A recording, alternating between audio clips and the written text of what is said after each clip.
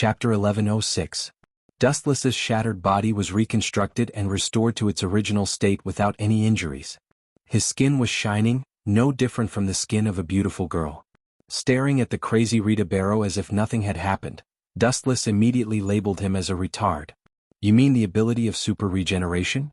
Yawatch doesn't have it, so he's a rookie. He doesn't even have such an ordinary ability. Rita Barrow, who worshipped Yawatch, was so angry that his face turned red. He raised his hand and shot out a dense number of sharp arrows. Great sage bow. The thick arrows whistled through the air. They were aimed at Dustless's eyes, heart, limbs, and the rest of the arrows were aimed at his soft abdomen. Divine might. The moment the arrows touched Dustless's body, a ripple appeared in the void and quickly twisted, forming a huge vortex. The arrows didn't even touch Dustless's clothes and went into the vortex.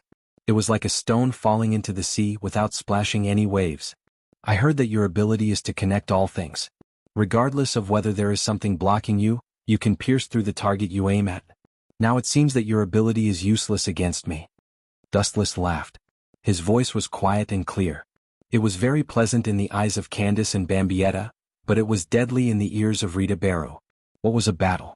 Not to mention other factors, at least it needed to touch someone's body. Now it was simply shameless. Amaterasu. Black flames floated in his hand. Unlike before, Dustless didn't release Amaterasu this time. Instead, he directly used karmic earth to compress it into a big black sword. Anyone who was cut by Amaterasu would be burned by Amaterasu. Heavenly hand power. Dustless's eyes widened, and he disappeared without even noticing the trajectory of his movement. Witnessing such an unimaginable scene from Dustless, Wuxia Barrow was speechless. Just at this moment he suddenly felt a fatal attack coming from behind. In such a short time and at such a close distance, he had no time to defend or retreat. Without any hesitation, he opened his left eye that had a special symbol drawn on it. The black sword that was about to cut Wuxia Barrow in half penetrated his body. However, the next scene made Wu Qin stunned. What a mysterious ability. Amaterasu's compressed greatsword pierced through Wuxia Barrow, but he was unharmed. This ability was very similar to Obito's Kamui, which made him immune to all physical attacks. Moreover, he didn't have as many restrictions as Obito. As long as he opened his eyes, no physical attack in the world would be effective against him. This is the Holy Script ability that Yawatch gave you. No wonder you obey him so much, Dustless said in surprise as he put away the black sword that was compressed by Amaterasu. Wuxia Barrow was no different from an invisible person. Physical attacks were ineffective against him. In Wanless Empire, my codename is X and my ability is Universal Connection. I am His Majesty's most outstanding work, and the person closest to God. Wuxia Barrow said arrogantly. Don't think that you are the only one who can be immune to physical attacks. I am no exception. When I open my left eye, my Universal Connection ability will come into play. Before this, I was just playing house with you. Candace and Bambietta frowned as they heard this. Their hearts were in their throats. This was what made Wuxia Barrow so powerful. He had invincible strength and invincible ability. Only such a person could be Yawatch's personal guard, and Wuxia Barrow was the captain of the personal guard. This was enough to show how powerful and extraordinary he was. Is that so? Hearing this, Wu Qin was neither sad nor happy. Only his eyes began to change.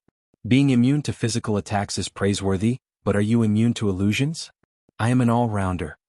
With a sneer, Dustless's eternal Mangekyo Sharingan shot out a demonic luster, making people not dare to look at it directly. Just a glance would cause people to be immersed in it, and their soul and thoughts would be completely devoured. Boom. The moment the eternal Mangekyo Sharingan appeared, Wuxia Barrow's physical attack immunity that he was so proud of immediately lost its effect, and he fell to the ground.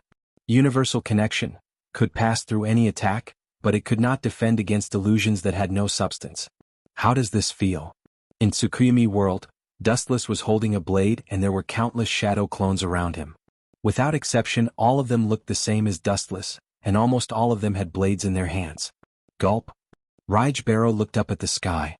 The whole world was extremely oppressive, and there were only countless Dustless in front of him. What is this situation? How could this happen? Calm down, I am invincible, no one can hurt me. He must have used some kind of demonic technique to make me fall into a trance, causing this illusion to appear in my mind. Raj Barrow looked at Dustless, who was strolling over, and tried his best to remain calm. Very smart, this is indeed an illusion, Dustless admitted. However, Tsukuyami World's exaggerated illusion is extraordinary, and it can be said to be invincible. Especially for people like you who have weak mental defense, it is even more invincible. Moreover, the torture of the illusion world on you will be transferred to reality.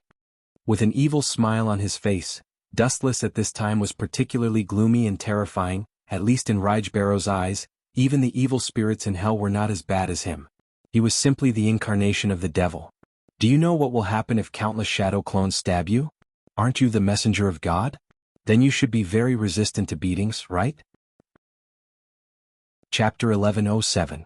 Looking at the endless crowd of people walking towards him, it was as if they could topple the mountains and overturn the seas. Gulp. Wuxia Barrow's face was filled with disgust as he looked at the countless shadows of Dustless holding swords. This was the first time in his life that he felt this way. He hurriedly adjusted the spiritual pressure in his body, trying to break free from the cross on his back. However, the spiritual pressure in his body seemed to have been drained and was half out of balance, completely ignoring him. Such a gloomy world was enough to make people tremble. There were countless people holding large sabers, threatening to cut him into pieces. No one would be able to remain calm in such a situation. After all, he couldn't move now. Messengers of God are very durable. Let me test whether you are qualified or not. With an evil smile, Dustless ordered the shadow clones to pounce on Wuxia Barrow. What's going on? The outside world had turned into ruins and only 4 living beings were left. Dustless, Candace, Bambietta, and of course Wuxia Barrow was covered in cold sweat. At this moment, his face was pale, and he no longer looked as arrogant as before. Instead, he was in great pain. Why did you suddenly become like this when you were fine just now? What kind of evil thing did you do? Candace looked at Dustless with a thirst for knowledge. Wuxia Barrow was still domineering a second ago, but who would have thought that he would fall to the ground in the next second and end up like this? His body was covered in cold sweat, and his face was pale as if he had suffered a great deal of pain. It was worse than death. It's very simple. He said he was a messenger of God, and I just let him experience what a messenger of God should do. He should thank me. Dustless shrugged as if it had nothing to do with him. I will not let you go. After a while, Wuxia Barrow opened his blood-red eyes, and his body was trembling in anger. He had been killed by Dustless several times. This blood feud must be settled. You still want to take revenge in this state? The Quincy division led by Yawatch is indeed crazy. Then, can you tell me which part of your body is the Spirit King? Left leg or right leg? Dustless asked as he turned a deaf ear to Juraj Barrow's murderous aura. On the surface, Wuxia Barrow was glaring at Dustless with hatred. However, his heart was in turmoil. Even though he tried to cover it up, Dustless could still hear his heavy breathing. Where did this bastard get this information? The only person in Wanless Empire who knows about our identity is Jugram. She got the news from there. Wuxia Barrow was shocked. He looked at Candace and Bambietta like a wolf and then shook his head slightly. Although they were both members of the Stern Ritter, the world they lived in was completely different. They were just pawns. It doesn't matter whether I tell you or not. You're going to become a zombie soon, Dustless said suddenly, and a black metal rod appeared in his hand. Living dead? Are you still asleep? His Majesty's personal guards are immortal. The Saint can easily change everything and has the power to revive us from the underworld. Wuxia Barrow said with disdain, get it straight. I'm not like that Sangdu from before. That kind of idiot will always be a pawn. Take note, I'm talking about living dead, not really killing you. Dustless shook his finger as a cunning smile appeared on his face. He said sinisterly, I know that after killing you, Yawatch or Jugram can revive you. But if I keep your heartbeat and only take away your consciousness, do you know what that means? Hearing this, Wuxia Barrow's face changed and turned green. He suddenly understood what Dustless meant.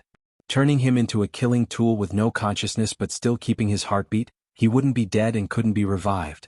Wuxia Barrow looked up and glared at Dustless. Wanless Empire often said that the Grim Reaper was evil, but he felt that this bastard in front of him was thousands of times more evil than the Grim Reaper. Poochie. While Wuxia Barrow was cursing Dustless, he felt a sharp pain in his right leg. He saw the black iron rod piercing into his leg.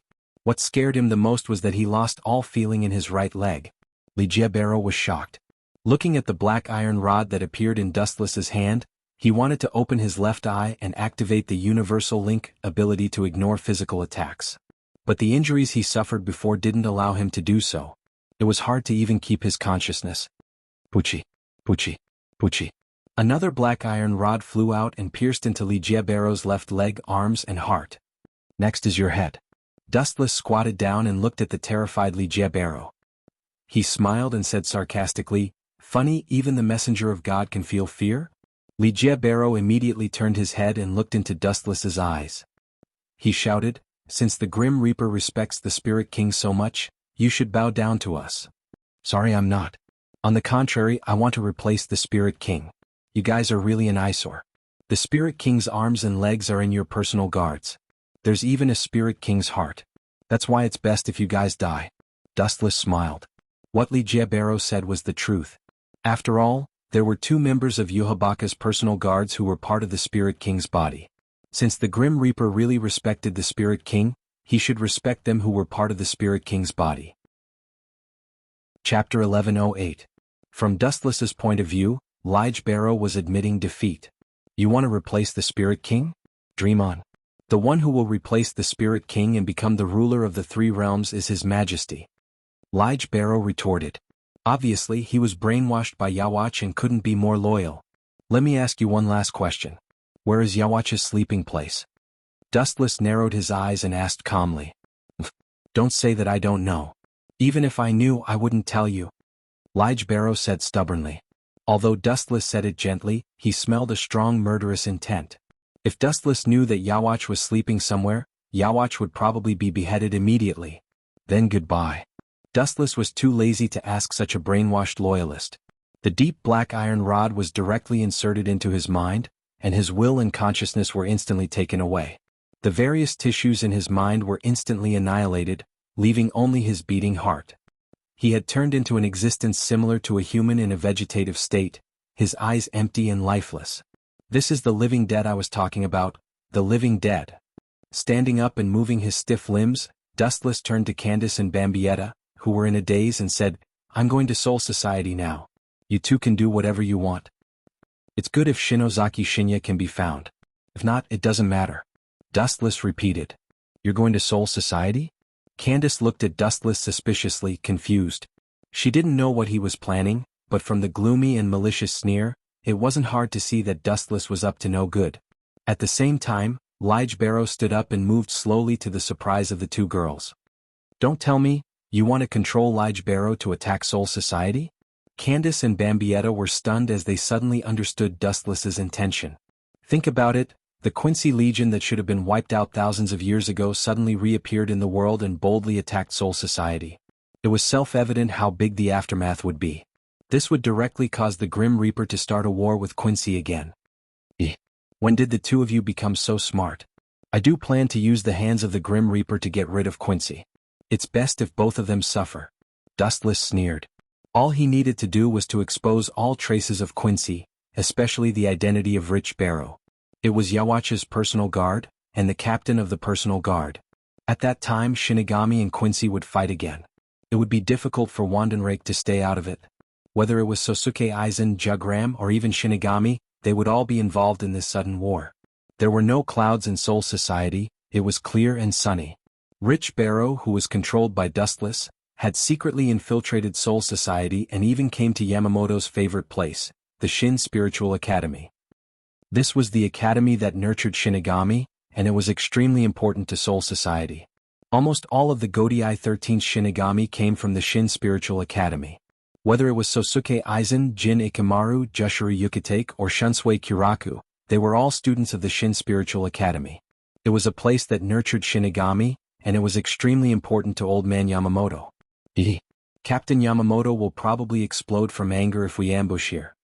In a hidden alley, Dustless sneaked a glance at the students passing by. His eyes were cold, and his whole body exuded a chill that isolated him from the world. Even the surroundings were covered in ice. Soul Society is really efficient. The Shin Spiritual Academy was destroyed last time, and it's back to normal in such a short time. Dustless sighed. At the same time, it was not difficult to see how much importance Yamamoto attached to the Shin Spiritual Academy. What a pity it's going to wither soon. Behind him, Li Jiebero walked out of the dark gold. As a precaution, Dustless buried all the black rods in his body. On the surface he looked like a normal person, but in reality his body was filled with a large number of black rods. Boom boom boom. The true Central Spiritual Art Academy was filled with people and laughter. Suddenly, a violent explosion rang out, and a huge fireball swept across the entire academy. A young man with dark skin walked out of the flames. It was Li Jiebaro, who Dustless secretly controlled. Who is he? He's fine after being hit by the explosion. Needless to say, he's definitely an enemy. Let's go together and kill him. Groups of Death God students rushed towards Li Jiebaro at the same time. Newborn calves are not afraid of tigers. As expected, the ignorant are fearless. Dustless, who was secretly observing the situation, sneered. He immediately tried to use Quincy's ability to absorb large amounts of Reiki and gather them in his body. Majestic Reiki spread out, and the people who were affected by the corrosion were in a terrible state. Outer shell blood stasis equipment. The circular pattern domain spread out and covered a radius of 20 meters. The students who were attacked instantly turned into a pool of blood. It seems like they're all here. Attacking the Shin Spiritual Academy was the right choice. Dustless, who was hiding in the dark, suddenly looked in the direction of Quiet Soul Society. Several huge Reiki swept over. Among them, there was a dark red flame that was extremely terrifying, burning the entire sky until it was distorted. In the dark, Dustless saw the furious Yamamoto. Chapter 1109. Captain Yamamoto's body erupted with blazing flames that almost engulfed the entire sky. The sky that he swept across was dyed red, and his long beard stood up in anger. This old man is probably going to vomit blood. Looking at the corpses all over the place, Dustless secretly laughed. This method was equivalent to cutting off a piece of flesh from old man Yamamoto's heart. It was enough for him to feel the pain for a long time. Stop it for this old man. The thunderous roar reverberated in the ears of everyone. Looking up, old man Yamamoto was standing in the void with a murderous aura. The pillar of fire that erupted from his body shot straight to the sky. The entire sky of Soul Society turned red, as if it was the dusk of doomsday.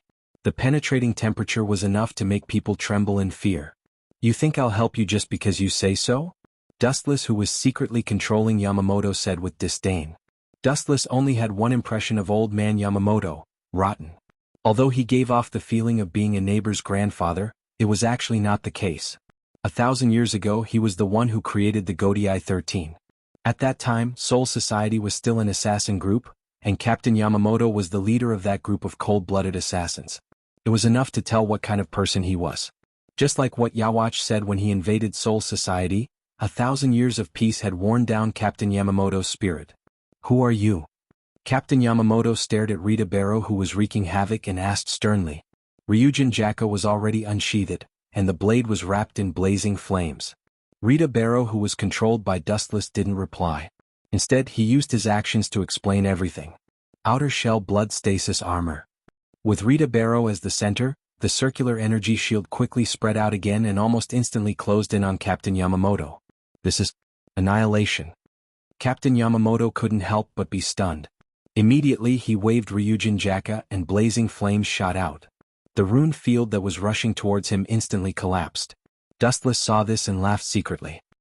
He imitated Rita Barrow's tone and used his body to speak. Don't you understand? Of course I'm annihilation, you bunch of death god idiots. Head Captain Yamamoto's expression changed. To him the words, annihilation sure, were taboo. Moreover, the blood-calming armor that he used before was indeed a Quincy skill, and his identity was not fake. Are you wondering why we haven't been destroyed?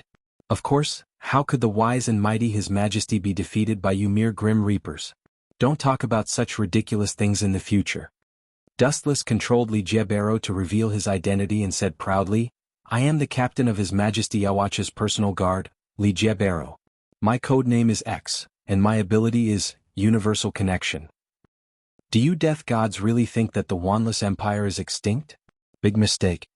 Dustless continued to control Li Jiebaro's body as he mocked. Don't think too highly of yourself. Not only have we not gone extinct, but we have also grown stronger over the past 1,000 years. It won't be long before we flatten your Soul Society. Boom boom boom. Blazing spiritual pressure erupted and swept across Soul Society like a hot knife through butter. The Grim Reapers who came from all directions hurriedly avoided the attack of this violent spiritual pressure. Some of the captains knew that the head captain was about to go crazy. If that's the case, it won't be long before the head captain sends someone to investigate the Wanless Empire, Dustless muttered to himself as he looked at Yamamoto in the void. At the same time, in another direction.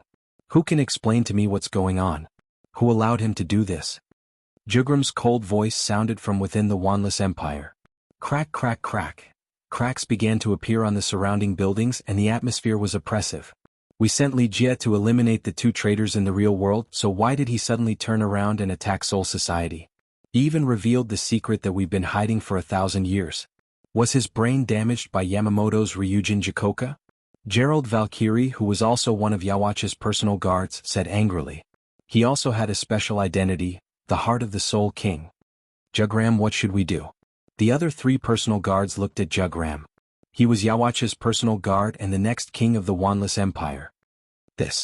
Jugram was also in a dilemma. His thoughts had reached a dead end. Li Jie Barrow had already exposed their tracks, so the chances of them continuing to hide were 0. We might as well kill the Grim Reaper. Even without His Majesty, we still have enough strength to cripple the Grim Reaper. I suggest we start a war with them immediately. Gerald Valkyrie said, his frivolous tone disdainful of the Grim Reaper. Yawacha's personal guards called themselves messengers of the gods, and they looked down on everyone. In the sky above the Esoteric Academy, the shockwaves from the battle between the two figures covered the entire Quiet Soul Society. Since it was Dustless's first time controlling Quincy, he was very inexperienced in using it. As a result, Li Jie Barrow was constantly suppressed. His body was burned full of holes and scars could be seen everywhere. No matter what, the framing this time was a success. Dustless was relieved. He was sure that Wanless Empire would not be able to hide in the dark from now on. In the face of such heavy losses, after Yamamoto dealt with Li Jie Barrow, he would definitely use the power of the Grim Reaper to search for traces of Quincy all over the world. Some things could be laughed off by the head captain, but some things had to be investigated to the end. Chapter 11:10. Just like the current situation, not to mention the fact that a large number of students of Xeno Academy died, even if this accident didn't happen, the head captain would still investigate the matter of Quincy. Especially since Barrow admitted that he was Yawacha's subordinate, and his origin wasn't simple, he was the captain of Yawacha's personal guard. This is going to be a good show, you guys can slowly fight. Dustless, who was hiding in the darkness, looked up at the sky, and he could clearly see the figures of the captains, Jushiro Yukitake, Shunsui Kaiokura, Higashi Shiroshi. Anyway, the captains were all here. However, Dustless's line of sight was always fixed on Sosuke Aizen, and his eyes flashed with a cunning smile. Old man, it's time to retreat, I'll play with you next time. Barrow's casual provocation made head captain Yamamoto's forehead bulge with blue veins. Instead of saying that Barrow was deliberately provoking him, it was better to say that Dustless was deliberately angering head captain Yamamoto. After all, he was now controlling Barrow with the ability of Rinnegan. Arrogant brat. Head captain Yamamoto roared, and the Ryujin Jaka in his hand rolled, and a blazing explosion followed. Scorching hell. The earth trembled and dozens of thick pillars of fire rose from the ground, covering almost the entire Soul Society, and the sky was red. That inexplicable bastard, does he want to live too long? He dares to deliberately anger old man Yamamoto, even if he wants to die, don't drag us down with him. Shunsui Kaiokura cursed, even if the blazing flames weren't deliberately aimed at him, his whole body was like water that was about to evaporate. Idiot. Glancing at Shunsui Kaiokura, Dustless directly defined him as an idiot. Although this man was actually very careful and strong, Dustless always felt that this guy's brain was somewhat damaged. All the captains are here, the game ends here. Seeing that all the captains were in place, Dustless used the power of Rinnegan to control Barrow to retreat. He was deliberately attracting the attention of these captains. There was no need to fight. In front of this old man you still want to run? In the next 1,000 years, no one will be able to escape from me. Not Yawach, not you. Head Captain Yamamoto sneered when he saw Raiji Barrow turning around and retreating. He gave up on chasing after him and simply stood in the air. He believed that Raiji Barrow would turn around and run back.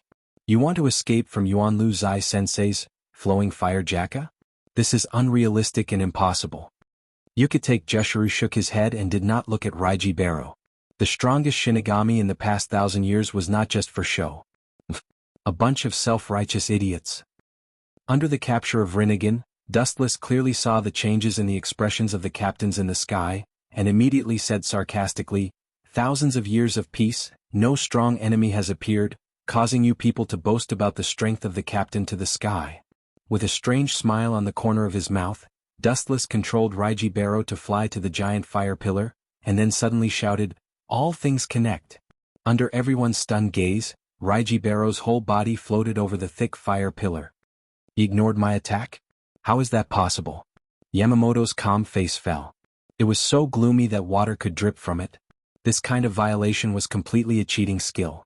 Head Captain Yamamoto suddenly thought of a similar figure.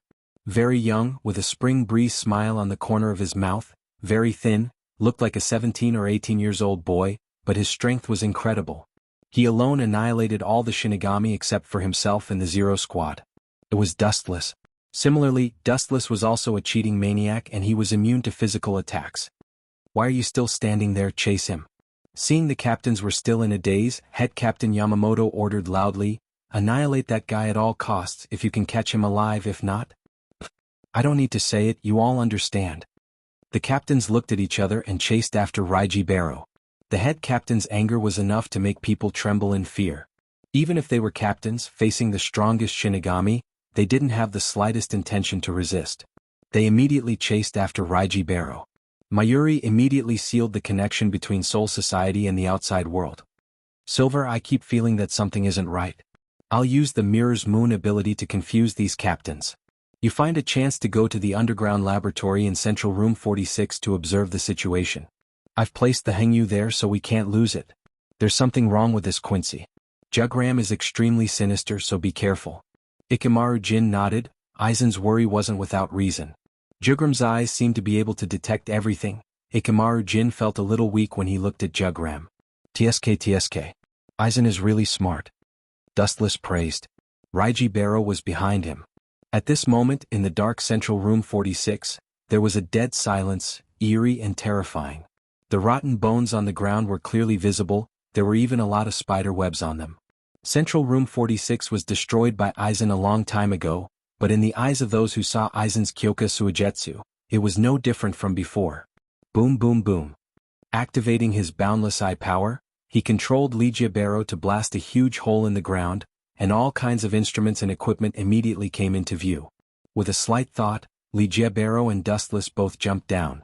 "Oh, you really came here. Seems like Captain Aizen is right. Jugram has to be on guard." A man with silver hair came out of the darkness and blocked Raiji Barrow. "There is another person. How is it possible you didn't die? Your cells were melted by my Bankai." Ikemaru Jin suddenly realized that there was another person with Raiji Barrow. He turned his head and was shocked. "Captain Ikemaru Jin, since you saw me, please go to hell. I will take care of Wanju in the future." With a sneer, Dustless didn't hesitate to sentence Ikemaru Jin to death. Chapter 11:11. The smile on Ikemaru Jin's face vanished. Hearing the bone-piercing murderous aura from Wu Chen's mouth, he couldn't help but have goosebumps. This is definitely a ruthless person who keeps his word. It's strange, isn't it?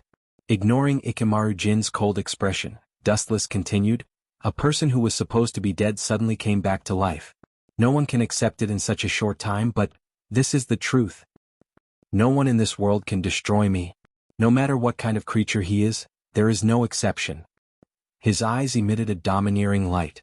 Wu Chen's entire body was shining like the stars in the sky. His eyes were sparkling. "Humph." Hearing these incomparably savage words, Ikemaru Jin was about to ridicule Dustless a few words, but when he thought of his strength that swept away everything, he fell silent again. Among the people he knew, no one was Dustless's opponent. Yamamoto was no match for him, and neither was Sosuke Aizen. Just the scene of Dustless coming back from the dead gave Jin a big fright. "Leave Wanju to me.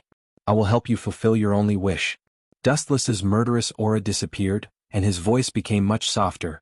"You have been hiding by Sosuke Aizen's side for so many years, and you want to avenge Wanju. To be honest, your loyalty is touching, but you're not strong enough to do it. That's why. You should give up on the ridiculous idea of taking revenge on Sosuke Aizen." Ikemaru Jin locked onto Dustless like a poisonous snake, and his aura surged. Hado number 88, Flying Dragon Strikes Thief. The thick beam of light came head-on, and the dark basement was incomparably bright. Wu Chen's whole body was covered by the light. Whoosh whoosh whoosh. At this critical moment, Raiji Barrow stood in front of Dustless. and his Ryatsu was much denser than Ikamaru Jin's. He was the captain of Yawatch's personal guard, and he was not weaker than Ikamaru Jin. Great Sage Bow. A bow the size of a normal human was formed in an instant. The dazzling spiritual arrows on the bowstring made people not dare to look at them directly. Swish, swish. A torrential rain of arrows shot out, scattering the flashes of light in an instant. It looked very simple. Not only that, the remaining arrows were aimed at Jin Ikamaru. Seeing this, Jin couldn't help but be surprised. This was the first time he reacted to a spiritual pressure eruption. Binding Dao 81 sky-shattering. Ikamaru Jin heaved a sigh of relief as the transparent wall blocked his attack. Ka. He had naively thought that the 88th Dao Breaker would be able to weaken the arrows without limit. Who would have thought that the 81st Dao Breaker would be so powerful that it would instantly collapse? Puchi.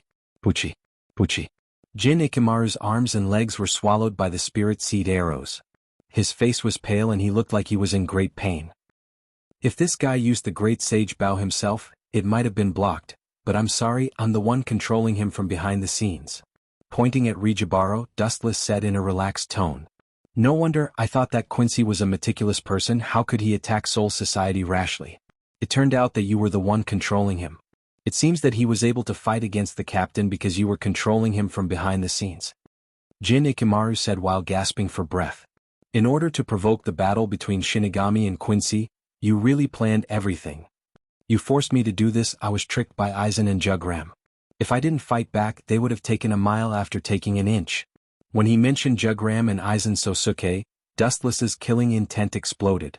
Shoot him, Shinigami. While Dustless was distracted, Jin Ikamaru released his Zanpakuto without hesitation, and a huge white light rushed toward him. The speed was extremely fast, almost in the blink of an eye. Dustless had no time to react. Boom boom boom. Dustless took the fatal attack head-on, but he was unharmed, and the place where he was stabbed only flashed faintly and quickly recovered. I suddenly realized that it's a pity to kill you like this. Since you want to avenge Matsumoto so much, then I will reluctantly fulfill your long-cherished wish. Dustless sneered, and the Rinnegan in his left eye focused on Jin Ikamaru, and a majestic spiritual power invaded Jin's mind. With a heaven-defying method he modified his memory. It's not too late to let Jin assassinate Aizen after he squeezed the last bit of value out of him. This is also his long-cherished wish to avenge Matsumoto Ranjiku. It's time to leave. Sensing the majestic spiritual power that was crazily attacking him, the spiritual power was much stronger than the other captains. If he guessed correctly, it should be Aizen. Kemue. Dustless glanced at Rijit Barrow and decisively devoured him. This guy is a bit tricky to deal with and he can't be killed. Once he is killed, there is a high possibility that Yawatch will use Saint to revive him in the future. You are also one of us now. After taking a deep look at Jin Ikamaru, Dustless disappeared in the dark space. He had already implanted what he was going to say in Ikamaru Jin's mind. With a little provocation he could ignite the conflict between Aizen and Yawatch. At that time Shinigami and Quincy as well as Aizen would fight again. Dustless can fish in troubled waters secretly. I can't leave so easily. In a corner of Soul Society, Dustless's cold voice sounded as if he remembered something and resolutely chose to stay in Soul Society. Because the so-called Wandenrake is actually hidden in the shadow of Soul Society. To put it simply, Wandenrake is actually in Soul Society. Chapter 11-12. Sosuke Aizen flew over like a rocket, leaving a deep mark in the sky that could not be erased. When he sensed the intense collision of Ryatsu, he instinctively realized that he had been tricked. Silver, tell me what's going on. Aizen's tone was 70% angry and 30% commanding. He was like a barrel of gunpowder that was about to explode. The top-secret laboratory was destroyed, the data collected over the years would be damaged. All the specimens were also destroyed, including some of Aizen's most important experiments. It was a heavy loss. Quincy did it, Ikamaru Jin licked his dry lips and said after he recovered. Him? Thinking of Barrow's back, Aizen murderously asked, "What's that guy doing? He must have a goal. It seems like he's looking for Hogyoku." Ikamaru Jin paused as his memory was changed by Dustless. These words were naturally made up to trick Sosuke Aizen. It's just my personal guess. Maybe he attacked us for something else. After all, Hogyoku isn't good for Quincy. Hogyoku contains the power of Hollow and Shinigami. Hollow's power is fatal to Quincy. Ikamaru Jin said. He was obviously taking a step back. It's normal for Jugram to be scheming. Aizen believed Ikamaru Jin's words. His hoarse voice was filled with hatred for Quincy. He sneered, "Since Quincy dared to steal my Hogyoku, then don't blame me for being ruthless." Ikamaru Jin was surprised and asked, "Captain Aizen, you mean to expose Jugram's Wandenrake?" "Of course." Aizen Sosuke laughed sinisterly, his tone laced with hatred. "Not only will I reveal the whereabouts of Wandenrake and Jugram, I will also personally lead the head captain to exterminate those evildoers who have harmed the world." Since Quincy was willing to betray him, then even if they wanted to cut ties with him, Aizen could also abandon them. Inevitably, Aizen's words were transmitted to Dustless's mind through Ikamaru Jin's ears. "Phew, it took me so much effort. It seems that Aizen is finally going to bare his fangs against Wandenrake." His perturbed heart calmed down, and Wu Chen's mouth hung a light smile like a spring breeze. Plotting against Aizen, Wandenrake, and occasionally flirting with Candace and Bambietta had become his life. Although it was boring, it was very comfortable. Without Yawach's help, Wandenrake's destruction is only a matter of time. Wu Chen said indifferently like a breeze. His simple tone was like an insect, very casual and insignificant.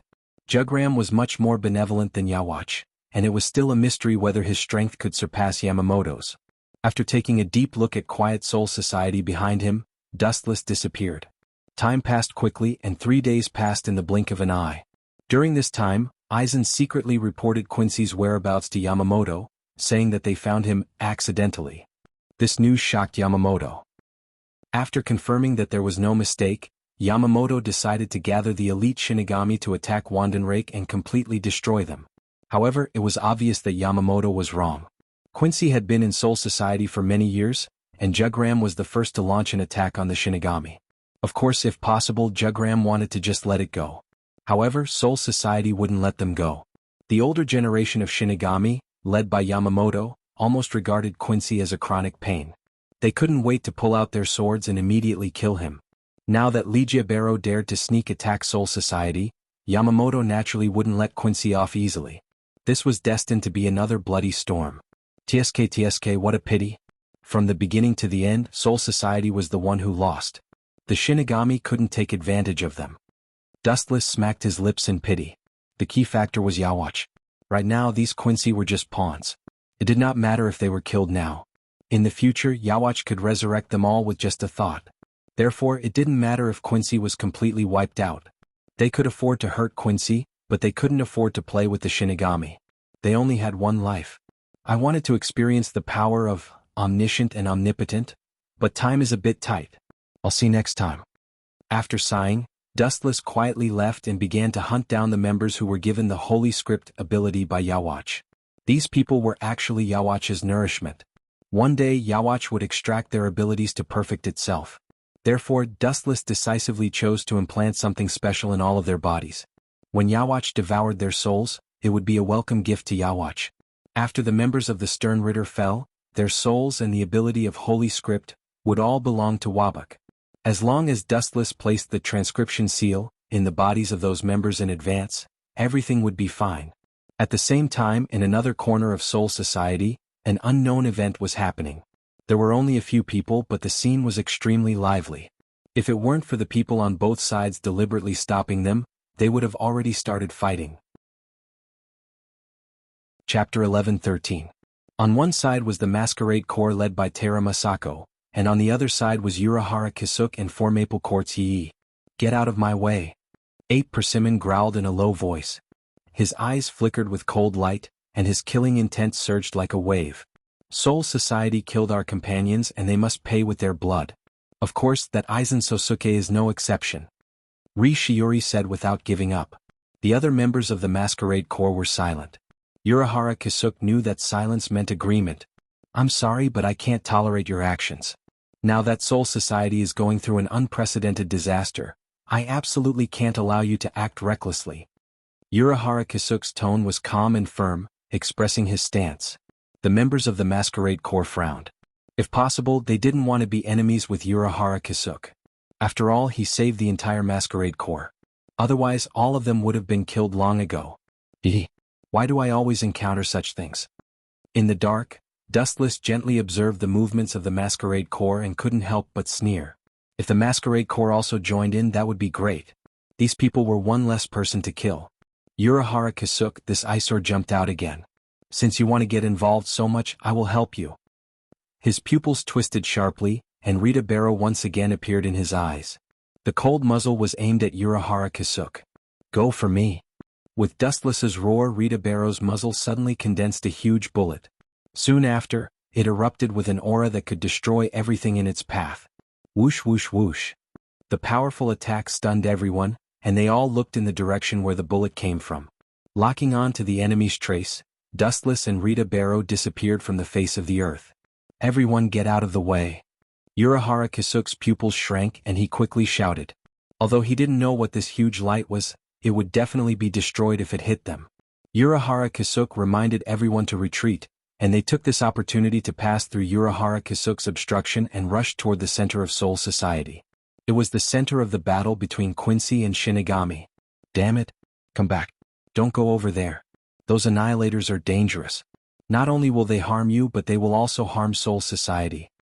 Urahara Kisuke cursed, his tone was full of anxiety, and at the same time, a huge amount of Ryatsu surged from his body. You're an outsider who likes to meddle in other people's business. Others going to their deaths has nothing to do with you.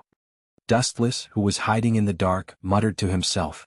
At the same time, Rinnegan turned again, focusing on Urahara Kisuke's left shoulder. Under the control of Rinnegan's Sharingan, Rise Barrow once again lifted the spear in his hand, this time aiming at Urahara Kisuke. Regarding this meddlesome person, Dustless was very disgusted. Rijibaro raised his gun again. Not only that, he even used his ability, Universal Connection. There's no stage for you here.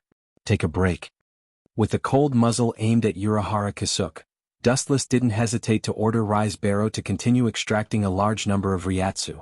The Ryatsu in the atmosphere was rapidly extracted, quickly attracting the attention of Urahara Kisuke and Forfeige Court Yoruchi. You withdraw first, I'll deal with this. Forfeige Court Yoruchi decisively stood in front of Urahara Kisuke and said seriously. Yi-san, you have to pay attention. From the scale of Ryatsu extraction, the opponent should be a powerful Quincy. Urahara Kisuke lowered the brim of his hat and said cautiously.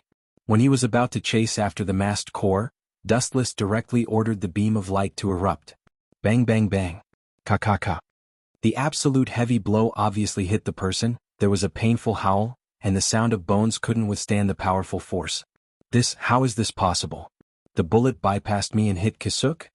Seeing such an unexpected scene, Forfeige Court Yoruchi was stunned for a moment, and his eyes were dim. Looking at Urahara Kisuke, who was suffering behind him, he felt that his brain wasn't enough. Idiot, this is the essence of connection of all things. No matter if there is something in front of you or not, anything that is targeted by Rise will be hit. Dustless sneered and looked at Rise Barrow with more and more satisfaction. No wonder Quincy calls Yawatch God every day, and this guy calls himself God's messenger. This kind of ability is indeed heaven-defying. After taking a deep look at Urahara Kisuke, Dustless quietly left, opened the tunnel to Hueco Mundo, and disappeared from the war-torn Soul Society. This was only the first step of Dustless's plan, and it was far from enough to completely kill Quincy. After all, the Sternritter Knights had 26 members, and their combined strength was almost at the captain level. It seems that this is the end. Urahara Kisuke endured the stabbing pain all over his body and looked at the disappearing figures of the masked core. His tone was particularly bleak. They are our trump card against Sosuke Aizen. If we don't save them, we may be wiped out. Forfeige Court Yoruchi supported Urahara Kisuke. I also want to stop them, but I don't have the ability now. I hope God has mercy on them. Urahara Kisuke said weakly, his body was about to fall. The bastard who provoked the war between Shinigami and Quincy is definitely not a good person. No matter who wins or loses this time, one side will be swept into the garbage heap of history. Which bastard is cursing me behind my back? If I catch him, I will definitely destroy him. On the way to Hueco Mundo, Dustless sneezed all the way. Chapter 11-14. Hueco Mundo was always so cold and bleak, a deathly silence. The sandstorm was the truest portrayal of Hueco Mundo. The boundless void distorted and a figure stepped out from it. It was a young man with delicate features and handsome features. His deep eyes were filled with wisdom and his black hair fluttered in the wind. His eyes were indifferent from the beginning to the end. However, the gentle smile at the corner of his mouth made him seem very friendly. His temperament was extremely contradictory, both good and evil. It was as if he could call you brother in 1 second and go through a mountain of swords or a sea of fire, but in the next second he could turn hostile and stab you in the back. It was always hard to tell what he was thinking. "Young master." Harabel, who had been notified in advance, called out. Her voice was very clear and pleasant. She was usually as cold as ice, but when she saw Dustless she immediately put on a smiling face. "Yo, long time no see." Dustless withdrew his indifference and a gentle smile bloomed on his face. He had always treated those who sincerely supported him with sincerity. Voids and Shinigami were no different in his eyes. On the contrary, Dustless preferred Voids because they were easy to tame. Compared to the Shinigami of Soul Society, Dustless believed that great Voids were much easier to communicate with. If he showed more strength than the other party, most Voids would submit. Ever since Dustless wanted to capture Eastern Sage to Soul Society, and because of Dustless's calculations, Harabel became the uncrowned king of Hueco Mundo. And because of Dustless's calculations, Sosuke Aizen trusted Harabel without a doubt, and gradually replaced Eastern Sage, who used to be his right-hand man. Sosuke Aizen was relieved to leave Hueco Mundo to Harabel. "How have you been recently?" After landing, Dustless was not in a hurry to ask about Hueco Mundo. Instead, he was very concerned about Harabel. A qualified leader should first know how to win the trust of his subordinates, and not use them without limits. A small stream flows a long stream. "I'm fine." Harabel nodded and replied calmly. Hearing this, Dustless smiled. Even though Helibel hid it very well, Dustless could still clearly see the gratitude in her trembling voice. Sosuke Aizen had never shown such concern before. "How's the thing I told you to prepare?"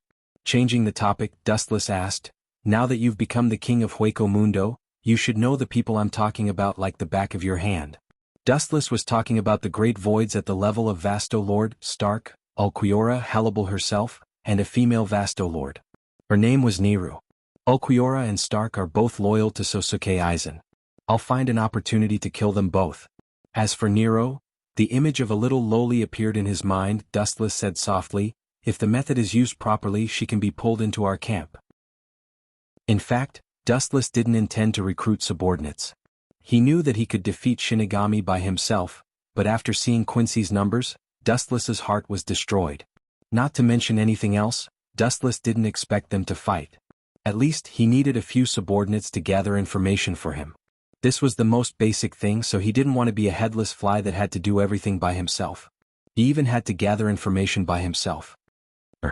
A green-haired Great Void's figure appeared in Harabel's mind. She pondered. Her strength is indeed good, but she hasn't betrayed Sosuke Aizen, that hateful man. Approaching her rashly might backfire. Unlike other Great Voids, Nero was very kind. Sosuke Aizen once used a trick to save her, so she was almost loyal to Sosuke Aizen, comparable to a stubborn person like Ulquiorra. Harabel. Take a long-term view. If there are no conditions, we can create them. If Sosuke Aizen can save Nero, we can also make her betray us. Dustless smiled confidently. He was a transmigrator and could predict the future. His advantage was self-evident. If he couldn't even defeat Sosuke Aizen, he might as well find a deserted place and kill himself. Harabel's eyes were shining. She said, "I understand, master. I'll go and sneak attack her, then you come out and save her." Sosuke Aizen used this old-fashioned method to trick Nero. This old-fashioned method sometimes works, but sometimes it's self-defeating and not suitable. And Nero isn't a 3-year-old child. She'll definitely be exposed. Dustless knew that Nero hadn't been attacked by Nutla yet. Her memory and body hadn't deteriorated. She was very smart now. That's right. Dustless's eyes lit up. After Harabel's reminder, he suddenly thought of a feasible plan to drag Nero into the water. That idiot called Nutla remembered that Nero was very dissatisfied. He can use it. Dustless sneered and thought of a plan in an instant. Yes, he has always looked down on female Voids. He's as arrogant as Grimjow, who was killed by Master. When mentioning Nutla, Harabel's face was cold. Amira Juches wasn't worth mentioning to her, but even so, Nutla didn't know what was good for him and deliberately provoked her. Not only did he provoke Nero, but Harabel also provoked him. She wasn't afraid of Nutla. Vastolord could easily crush a Juches. She was too lazy to deal with Nutla because she didn't want to cause trouble. But some people thought that this was a disguised fear, so they took advantage of it. That's just right. After using him, I'll take the opportunity to kill Nutla and purify the world. In the sandstorm, Dustless and Haribel's figures drifted and disappeared in an instant. Chapter 11:15. Las Noches Palace was dark and depressing. After Helibel became the new uncrowned king, all the big and small affairs were completely handled by her. Humph, a female void is so arrogant, one day I will kill you too. Nutla's eyes were full of greed, circling around Helibel and Nero. He was an Ajuchas, and he was fascinated by the legendary Vasto Lord. All voids yearned to reach that level, and the arrogant Nutla was no exception. If I devour two Vasto Lord, I will definitely break through the bottleneck and advance to Vasto Lord. His eyes were full of greed and Nutla was daydreaming. In the vast expanse, he seemed to have seen the day he became Vasto Lord. In a secret room in Las Noches Palace. What did you say? How could it be? How could Aizen abandon her? That guy is Vasto Lord. Nutla asked with wide eyes, looking at Helibel in disbelief. His face was full of doubt, and his first thought was that Helibel deliberately lied to him. Nero is too kind, not suitable for battle. Therefore, Lord Aizen decided to abandon her, and let you secretly kill her and then devour her. Helibel repeated, her tone indifferent. These words were naturally ordered by Dustless to say by Helibel. It was very cost-effective to get rid of Nutla and Eyesore Cockroach, and at the same time to pull Nero to their side. By the time Aizen realized it, his 10 blades had already been shattered into pieces, turning into nothing more than a bubble. Are you not willing? After you devour Nero, Lord Aizen will do everything to help you enter Vasto Lord. After all, you have the greatest potential among all the Ajuchas. Helibel said softly, her voice full of endless magic, bewitching Nutla. He seemed to be bewitched, his throat choked and his body trembled slightly. Willing, of course I am willing. Nutla said quickly, slandering in his heart, do you think I am stupid, this kind of beautiful thing, only an idiot would not be willing. But, as if thinking of something, Nutla said unwillingly, but Nero is a real Vasto Lord, if she really fought seriously, I would definitely not be her opponent. Although very unhappy, Nutla had to admit that he was not Nero's opponent, the gap between the two was too big. That is your own business, the road has been pointed out, whether you can do it or not depends on your ability. Helibel said indifferently. Hearing this, Nutla's expression, and began to think about how to plot against Nero. He didn't doubt Haribel's words because Nero was that kind of person. She wasn't suited for battle and was too kind. She was the complete opposite of Hollow's nature. Therefore, Netera wouldn't be surprised if Sosuke Aizen kicked her out of the battle. The key was the method. Young master, I've already explained everything according to your method. As for Nutla's final move, I don't know. Inside Las Noches Palace, Dustless leisurely leaned on a chair, very comfortable, his face intoxicated. Don't worry, he will definitely attack Nero, I know that kind of arrogant person too well. Dustless waved his hand, indicating that Helibel did not need to worry. Nutla's mantis form was extremely arrogant, even more so than Grimjow, who was killed by Dustless before. He liked to call everyone trash. He is not reconciled. When facing Nero, he always has disdain in his heart, but he can't admit that he is not Nero's opponent, so he will use other despicable means. This is the essence of Nutla. Helibel nodded involuntarily, it was not so much the essence of Nutla but the essence of Nutla. An evil soul like Nutla was originally born from negative emotions. Boom boom boom. A violent roar came out of nowhere, causing the entire virtual night palace to be on the verge of collapse as it swayed back and forth with creaking sounds. This spiritual pressure is Nutla's, the other, seems to be Nutla's spiritual pressure. Helibel guessed, obviously a little sluggish. How long has it been? And Nutla can't wait to find trouble with Nero. No need to be surprised, this is very normal, everything is expected. Dustless smiled indifferently, this was the ability of a transmigrator to foresee the future, an innate advantage. Boom boom boom. Another violent wave of spiritual pressure crushed the surrounding greater voids. Nero was still fine as she had deliberately suppressed her spiritual pressure. However, Nutla's abnormal spiritual pressure swept across like a hurricane, and some of the weaker greater voids were directly crushed. Dustless and Helibel didn't feel anything. It was like a gentle breeze. They didn't feel uncomfortable at all. Instead they felt very cool. The only uncomfortable thing was that this cool breeze also carried an endless smell of blood, it made people uncontrollably nauseous. This is a good opportunity, find a chance to get rid of Nutla, then I will save Nero. Dustless, who was watching in the dark, sneered. He did not think that he was despicable, instead, he felt that he was unusually kind. Helibel loyally followed Aizen Sosuke, who expected that in the end she was instantly killed by Aizen Sosuke. Nero was probably not much stronger, so in Dustless's eyes, this was not a scheme, but a disguised redemption. Chapter 11:16. On the other side, Nero and Nutla were engaged in a fierce battle. The spiritual pressure of both sides swept across the entire Las Noches palace, causing cracks to appear in many places. However, the grand voids of Las Noches palace turned a deaf ear to this. This kind of thing was not strange. Nutla often challenged Nero and most of the time the results were the same. Nutla was completely defeated. After all, Nero was a Vasto lord. However, the situation this time was somewhat unusual. Nero's spiritual pressure was ferocious, more than any previous time. She was serious. "You dare to attack my subordinate? You bastard, you are digging your own grave." Everyone had their own bottom line, and Nero was no exception. Looking carefully, there were two grand voids leaning against the surrounding walls. There were obvious bloodstains on their bodies and they were obviously seriously injured. Oh, Nutla went too far this time. He actually injured Nero's subordinate? This is interesting. Dustless rubbed his chin and laughed strangely. If Nero was playing with Nutla before, then this spiritual pressure that was close to going berserk showed that she was serious. Yes, Nilu values her subordinates very much. Nutla really poked a hornet's nest this time. Amir Ajuchas actually dared to anger Vasto Lord. I have a new understanding of his stupidity. This was simply a retard. A huge aura swept across the entire Las Noches palace. A thick energy beam spread out from Nero's body, and a destructive wave erupted. The ground was scorched and the sky was blocked. At this moment, Nero was like a god of destruction. Damn, is this Vasto Lord's strength? Hateful, this damned woman did not use her full strength to deal with me before. Under this horrifying spiritual pressure, Nutla felt that he was very small and could not withstand a single blow. He was as fragile as a bug. His arrogant heart was inevitably insulted. Sneak attacking me and seriously injuring my subordinate? Even if this goes to Lord Aizen, I will not let you off easily. Nero's murderous intent was awe-inspiring. Her beautiful eyes were cold, and even the surging space around her could freeze. Go to Lord Aizen? What an idiot. Nutra laughed unscrupulously and said with disdain, "Oh right, I forgot to tell you. The person who ordered me to kill you is Sosuke Aizen." Well said. Dustless, who heard this from afar, was overjoyed and secretly gave Nutla a thumbs up. Impossible. Neru was stunned for a moment before she sneered, "You want to trick me into betraying Aizen? Are you kidding me? Do you think I'll fall for it? Too naive. You're the idiot.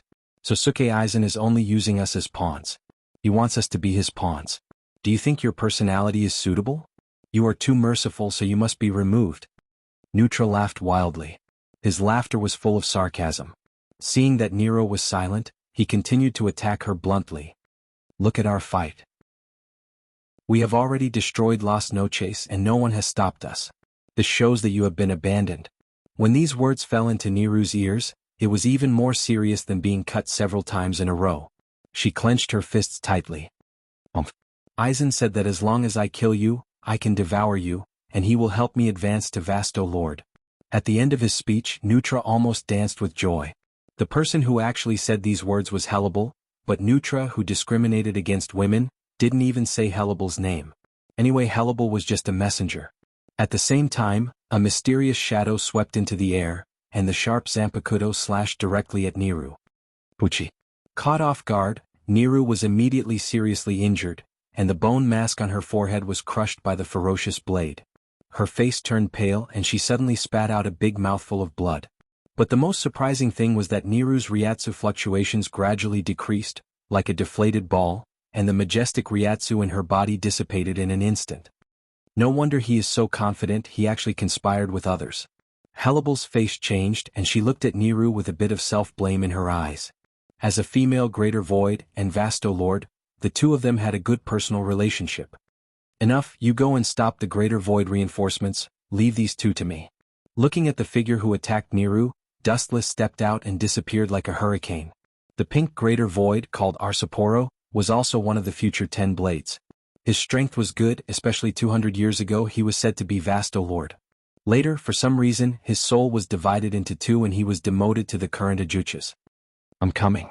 Seeing this, Nutra was overjoyed and he quickly rushed toward Neru. At this moment, her Ryatsu dissipated, and she was at her most vulnerable. Pucci. A golden light flashed and Nutra's face turned pale, and he was shocked to find that his arms were cut off by the light. The light condensed and Dustless's figure appeared. Looking at Niru, who was on the verge of collapse, Dustless stepped forward.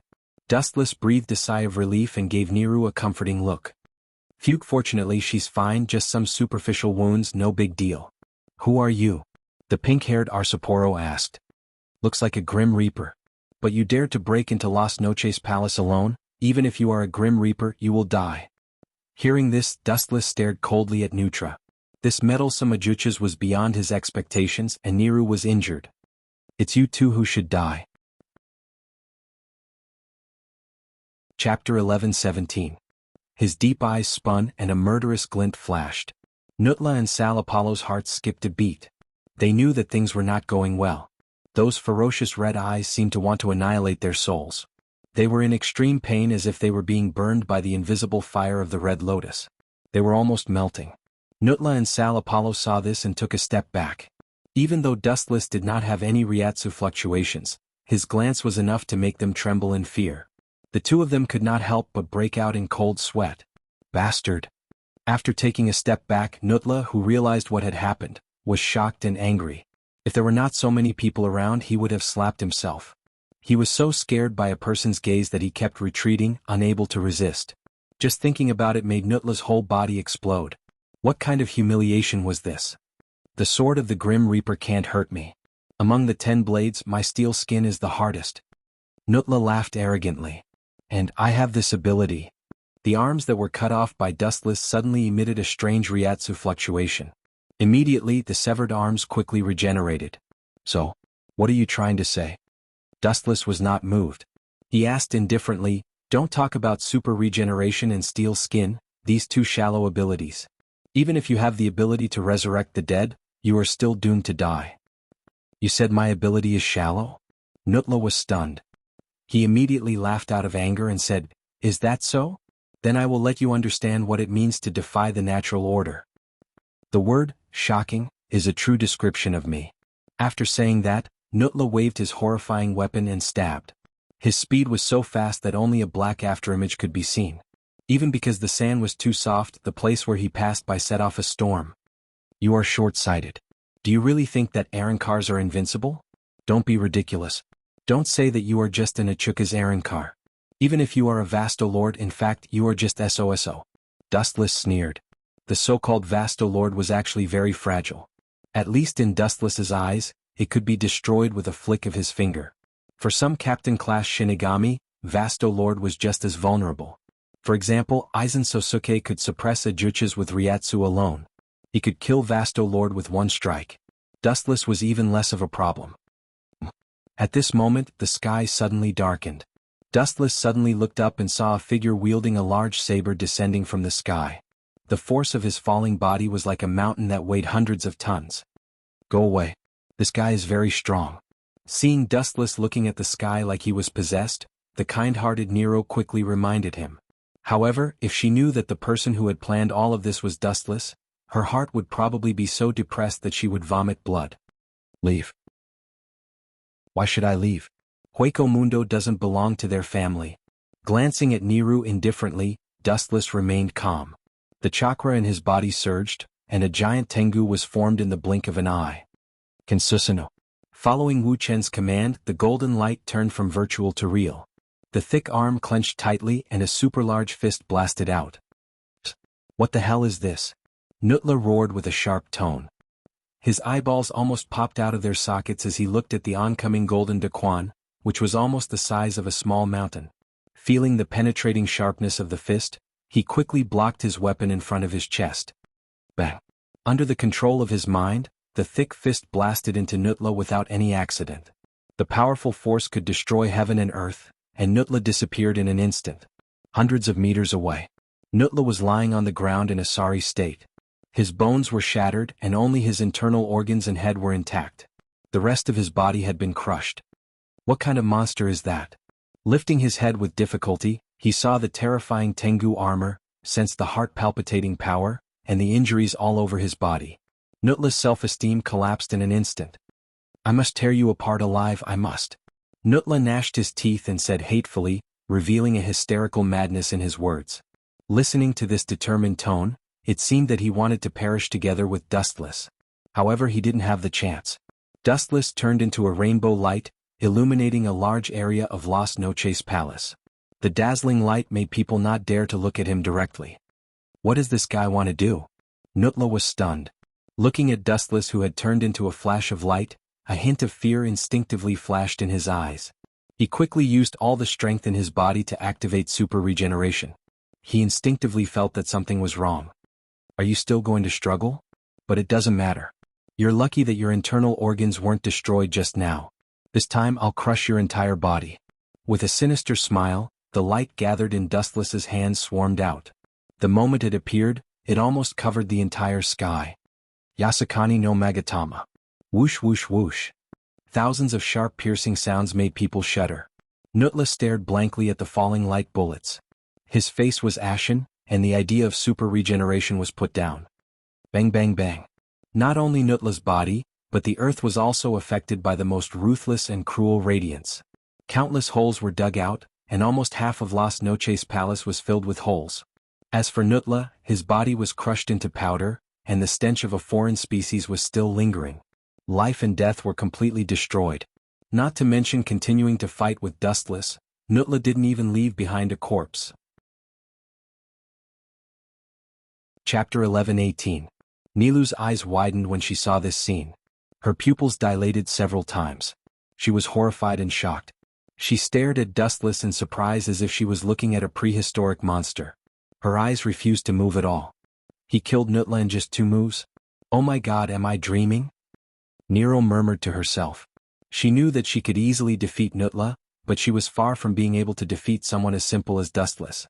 It was completely overwhelming strength. No, it was completely using the strength of a super dimension to instantly kill Nutla. The two sides were completely incomparable. Strange, when did such a person appear in Hueco Mundo? Nero's eyes glowed and her face showed deep curiosity. Sal Apollo's face was full of disgust. In terms of strength, Nutla was still above him. Although he used to be vast, O Lord, that was almost 200 years ago. Right now he was just a weak Ajuchas. Nutla was the best example. He did not even have the time to release his blade before he was killed by Dustless. Only 2 moves. No, only 1 move. In Sal Apollo's view, the last move, Yasakani no Magatama, was completely unnecessary. It was just a casual move and he did not even make a move, but Nutla was instantly crippled. How do you feel? After approaching Nero and seeing that she was safe and sound, Dustless smiled and said, "This is just a small injury. There is no need to worry about it." Nero nodded and looked at Dustless gratefully. She solemnly thanked him and said, "If it wasn't for you, I would have been killed by those 2 despicable guys." And Nero's eyes rolled around Dustless. She said in surprise, "It is really rare to see a greater void like you." Boy. Hearing this, Dustless shook his head helplessly in his heart, thinking that Nero was really kind and naive. Idiot, he's not a void. He's a grim reaper through and through. Theriel said cautiously. He unsheathed his Zanpakuto and aimed it at Dustless. Let's put our personal grudges aside and work together to kill this Shinigami. Since you are loyal to Aizen, you should know that his enemy is the Shinigami. It would have been better if Sal Apollo had not said anything. Now that Sal Apollo had mentioned it, Nero was instantly enraged. The majestic spiritual pressure that had disappeared earlier was now completely restored, and it pressed down on Sal Apollo with an overwhelming force. The waves were endless like the sea, wave after wave, and they were endless. Ka. Unable to withstand the destructive and suffocating spiritual pressure, visible cracks began to appear on the steel skin on Sal Apollo's body. Aizen? I want to kill him. Nero's words were shocking. She turned her head to look at her subordinates who were in a terrible state, and her dormant killing intent erupted. People have reverse scales, those who touch them will die. Now that Sosuke Aizen indiscriminately sent people to kill her, Nero naturally wouldn't just sit there and wait for death. TSK. It seems that my efforts were not in vain. I'll have to provide free labor in the future. Dustless said happily. Looking at Nero's hateful expression, he sighed that women were indeed creatures who could distinguish between kindness and hatred. Towards betrayers, they all harbored a deep-seated hatred. Of course, betrayal was actually nonsense. It was just that Dustless had plotted against Nutra once. Ka. The void instantly twisted into a whirlpool and a pink light appeared. The extremely dense energy fluctuation attracted Dustless and Nero's attention. Is this Wang Su's flash? Nero's pretty face was extremely ugly, and crystal-clear beads of sweat fell from her forehead. Normally she would not be afraid, but now, she was powerless to deal with it. She involuntarily looked at Dustless. Thinking of his exaggerated strength, Nero calmed down a lot. Dustless was far stronger than her, so destroying Void Flash was naturally a piece of cake for him. It was just a small matter. Go to hell, you two eyesores. Theral Apollo said hatefully. He exerted his Ryatsu and the pink Void Flash grew bigger and bigger. Whoosh whoosh whoosh. The light that had reached the bottleneck gushed out, directly crushing Dustless and Nero. Its power was extremely powerful. Everything that was covered by the pink light was distorted, and even the passing wind and sand were forced to change their trajectory. Boom boom boom. The moment the energy sphere appeared, it turned into a thick beam of light. Dustless and Nero were not worth mentioning. They were so small that they could be easily killed with a flick of a finger. Scared out of your wits? Serves you right. This is the Wang Su's flash, that I used with all my strength, so its power is naturally extraordinary. It's normal for me to be afraid. Nutra smiled proudly, and his smile was very arrogant. You're mistaken. Dustless shook his head and denied it lightly. I didn't dodge not because I was scared out of my wits, but because there was no need to dodge at all. You want me to escape? You don't deserve it. Then, under Theral Apollo's shocked gaze, Dustless slowly raised his right arm and swept it up, hitting the incoming Void Flash head-on. Whoosh whoosh whoosh. The Void Flash that was powerful enough to destroy the sky was suddenly forced to change its trajectory and swept toward the sky. It was casually slapped away by Dustless. How is this possible? I must have forgotten to bring my eyes when I came out in a hurry, and my old eyes must be seeing things. Theral Apollo gasped and said in a daze. His tone became abnormally slow, and his eyes were fixed on Dustless. Especially when he saw that Dustless looked as if nothing had happened, he was even more certain of his thoughts. It was definitely an illusion. Dustless was indifferent. He said nonchalantly, I'm looking forward to seeing what effect the medicine will have on him. Nero didn't know whether to laugh or cry.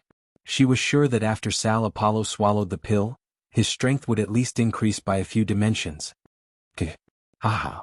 Sal Apollo roared with arrogant laughter. Then, a majestic spiritual pressure seemed to descend from the sky. It was so oppressive that it was difficult to breathe. Nero looked at Sal Apollo in horror. Suddenly, a terrifying thought flashed through her mind. Could it be that he has recovered all his strength from before? Looking at Sal Apollo, Nero's eyes flashed with astonishment. She could clearly feel that Sal Apollo's spiritual pressure was rapidly expanding, surpassing her at her peak. After all, Sal Apollo was Vasto Lord more than 200 years ago. I really don't know what you are afraid of. Just because he is Vasto Lord and has recovered his peak strength? Don't just limit your vision to Vasto Lord. Set your sights higher. There are many existences in this world that are stronger than Vasto Lord. For example, Sosuke Aizen, who you used to work for. Dustless explained calmly, turning a deaf ear to the immense spiritual pressure emanating from Sala Apollo. TSK. Don't tell me you are at the same level as Sosuke Aizen. Sal Apollo sneered. His eyes were full of arrogance. He closed his eyes and felt the spiritual pressure in his body. The trump card is usually used last. This is the price you have to pay for angering me. With a sneer, Sal Apollo took a step forward. He was as fast as lightning and then he attacked. So fast. Nero was shocked. She could only see a faint afterimage. That exaggerated speed was beyond her detection ability. Whoosh. In an instant, the storm suddenly disappeared. It evaporated into thin air. She couldn't sense the spiritual pressure anymore. Where did he go? Nero's expression changed. She was on guard. She looked around and focused on searching for Sal Apollo's spiritual pressure. Behind your body, Dustless reminded her indifferently. Nero was stunned when she heard that. She turned around and saw Sal Apollo. TSK. Death God, your reaction is quite fast. Sal Apollo, who was behind him, was surprised. Then he mocked arrogantly, but you still have to die. Bastard, when did it start? At that moment, a sharp pain suddenly spread throughout his body. Sal Apollo screamed. Chapter 11:20. Sal Apollo was shocked. Following his line of sight, one could clearly see that there was a golden sword stabbed into his abdomen. It was sharp, and the blade was emitting a dazzling golden light. Just looking at it would cause one to feel a stabbing pain in one's eyes. It was Dustless's personal artifact, the sword of heavenly clouds condensed from the glint fruit. When did this happen? I didn't see you do anything. Sal Apollo murmured as his monstrous body trembled. When? This sentence and this question are too funny. Dustless was very calm, and then he sneered in disdain. Indeed, as you said, I didn't do anything. You were the one who foolishly bumped into me. Ah. These words made Nero laugh. Looking at Sal Apollo's flushed face, she felt particularly happy. Stop bullshitting me.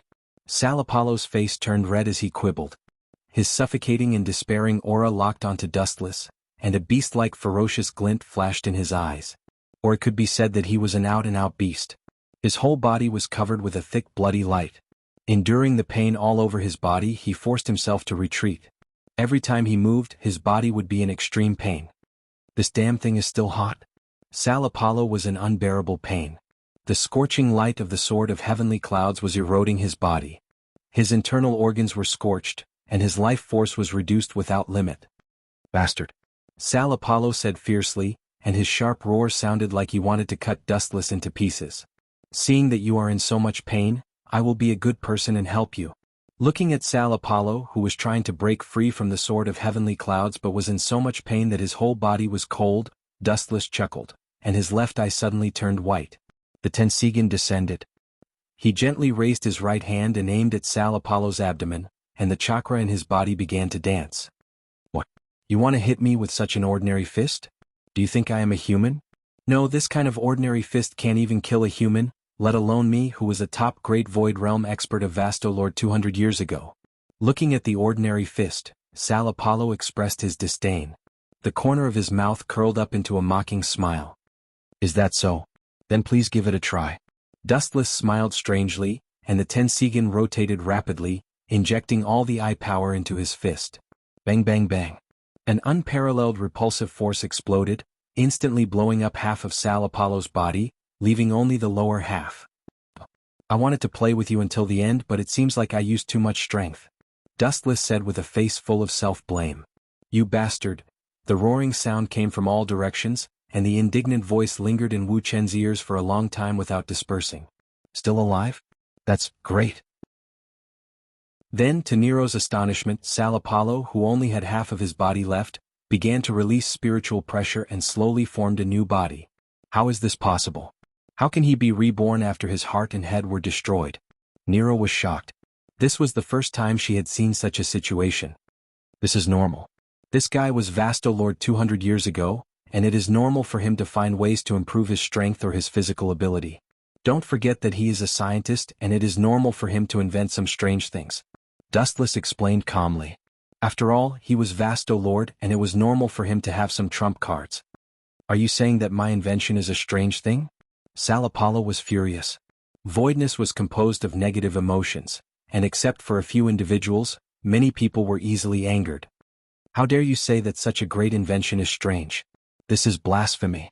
Sal Apollo roared with all his might. Then he declared proudly, my body, after decades of modification, has far surpassed the ability of super regeneration. Even if there is only a tiny bit of flesh or a single cell left, I can recover it. Sal Apollo was extremely arrogant and acted as if he was invincible. This made Nero frown. If what Sal Apollo said was true, then this guy had an immortal body and could be said to be invincible. Is that so? Thank you for your reminder. Dustless's spiritual pressure and chakra were all extinguished, and he thanked Sal Apollo seriously. Soon after, the corners of his mouth lifted slightly, revealing a terrifying arc. Since you've told me your weakness, then I'll shatter your entire body. Truth-seeking jade. She waved her hand and a black ball the size of a fist appeared. Bah! Are you trying to scare me? Childish. Seeing this, Sal Apollo smiled disdainfully. How could such a thing destroy him? He waved his hand and said, come at me if you dare. I promise I won't dodge. Then, please go to hell. Dustless said coldly. With a thought, the truth-seeking jade instantly enlarged by hundreds of times, turning into a large ball and swallowing Sal Apollo, who was unaware of it. He didn't even have time to scream before he disappeared.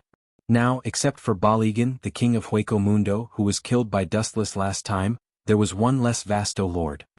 Won't Aizen Sosuke vomit blood from depression? Dustless thought to himself. Bailigan had been killed, and so had Grimjow and Nutla just now, and Salapalo were no exception. Hannibal used to be Dustless's secret chess piece, and now Nero had been betrayed by him. Aizen Sosuke's 10 blades were in pieces. Chapter 11:21. The tip of the truth-seeking ball annihilated Salapalo. He was too careless to fight back, or rather he didn't care at all. No one would have thought that such an ordinary-looking little sphere would be so terrifying. It was able to turn everything it came into contact with into ashes. The strangeness of it surpassed any of the techniques used in the world. Nero had never seen such a shocking trick before. She knew that Sosuke Aizen couldn't do it. She keenly felt that the ball didn't have Ryatsu. It was made of a special kind of energy. She had never seen it before. How is this possible? Nero's eyes widened, and her mouth opened so wide that a fist could fit in it. She was so shocked that her whole body was numb.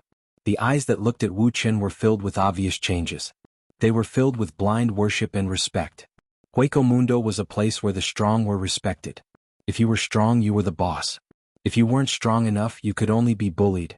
Aizen was a Shinigami who could ride on top of all the grand voids because of his unprecedented strength. That's the best. It'll be easier to fool them. Seeing this, Dustless smiled and deliberately said, "That bastard Sosuke Aizen is really hateful. He even betrayed his own subordinates." After saying this, Dustless looked at Nero's half-dead subordinates. "I will kill him," Nilu said with hatred. She looked at the subordinate officials with red eyes. She looked like she was about to cry, and I felt pity for her. However, it's a pity that you can't kill him in this state. Sosuke Aizen's strength is second to none in Soul Society. Even the so-called Vasto Lord can't withstand a single move from him. Dustless deliberately said, obviously raising Sosuke Aizen's strength. He said, "Maybe you don't know, but in Soul Society, even the head captain doesn't dare to underestimate him." Hearing this, Nero's face fell, and the fire of hatred gradually extinguished. At the end of the void was Vasto Lord. It was obvious that this was the end for her. But the sudden words made Nero stunned. She was very nervous and excited. She looked at Wu Chen with eager eyes. He was her only life-saving straw. His watery appearance was quite cute. Isn't it a bit too much to fool her like this? Dustless felt strange. Nero was sincerely wiping her mouth, but then he remembered Sosuke Aizen's actions and shook his head resolutely. This was not a trick, this was his mother's redemption. Vasto Lord is the fixed point of nothingness, but it is not the end point of Aaron-core shattering. Hogyoku can only remove part of the mask on your body, so Aaron-core shattering actually has the possibility of improvement. Wu Chen explained with a chuckle. His tone was extremely certain. At this moment, a golden rainbow rushed over. 1,000 meters, 100 meters, 10 meters. Its speed was extremely fast. In the blink of an eye, it was infinitely close to Nirvana and Dustless. "It's you?" Her pupils constricted, and after seeing who it was, she said warily, "Hannibal? Are you here to kill me as well?" "Of course not." Before Hannibal could speak, Dustless interrupted, "In fact, she's one of my people. Her purpose is to spy on Sosuke Aizen." Her cold and calm tone made it seem as if she was narrating a trivial matter. "How did you do it?" Hearing this, Nero's eyes lit up. Now Hannibal was the uncrowned king. Sosuke Aizen left everything to Hannibal, which showed his trust in her. Who would have thought that Hannibal was a spy? Dustless was a Shinigami, but from the current situation he was not an enemy. "I helped Hannibal remove her mask," Dustless said to Nero with endless temptation. "It's actually very simple but also very difficult. At least in this world, I'm the only one who can do it." Hannibal also instantly took off her mask. Her snow-white skin was exposed, and her huge meatball swayed. She didn't care about Dustless's existence. "Damn. It's even bigger than my head, this feeling, tsk. Wu Chen was dazzled for a while. His eyes were dazzled. If it weren't for Nilu in front of him, he really wanted to experience how it felt. Nero's eyes flashed with desire. Although Hannibal's important subordinates were exposed, she didn't care. For Shulai, this kind of trivial matter was not worth mentioning. Growing up in an environment where the strong preyed on the weak, they only pursued power. "Greetings, my lord." Nero immediately knelt in front of Dustless to show her loyalty. She naturally knew why Dustless wanted to do this. "Get up, Sosuke Aizen is our enemy." Dustless chuckled and immediately raised his hand to help her up. Nero was slightly moved. Sosuke Aizen would not do this. Bring your subordinates here, I can restore them. Looking at Nero's dying subordinates, Dustless wanted to be a good person to the end. Of course, to be precise, he wanted to win people's hearts. Super regeneration was not an ability that every Shulai had. Nero's subordinates did not have this ability, so their bodies were destroyed and they could only wait for death. This kind of problem was very tricky for Nilu, but it was just a small matter to Dustless. There was no problem at all. Thank you, my lord. Nero was grateful and her tone was unusually excited. It's rare to see a great Shulai like you. Dustless sighed with a thought-provoking tone. Nero was the only one in Hueco Mundo who would put down her face to beg for help for her subordinates. However, perhaps this was why she was so cute. Chapter 11:22. Nero was filled with respect and admiration for Dustless. Perhaps it was because they were both rare females, or because they were both Vasto Lord, but she often interacted with her libel and knew her personality. Now that Dustless could pull this female iceberg to his side, Nero was surprised. Also, because of her libel, she felt a sense of belonging to Dustless. After all, they were both Vasto Lord, and they shared a common language. Sir, wait. Don't call me sir, call me young master. Dustless's face was stern and his tone was firm. It was as if he would turn hostile if Nero called him sir again. Nero was stunned and subconsciously looked at her libel. The latter helplessly shook her head and frowned. Dustless's habit also gave her a headache.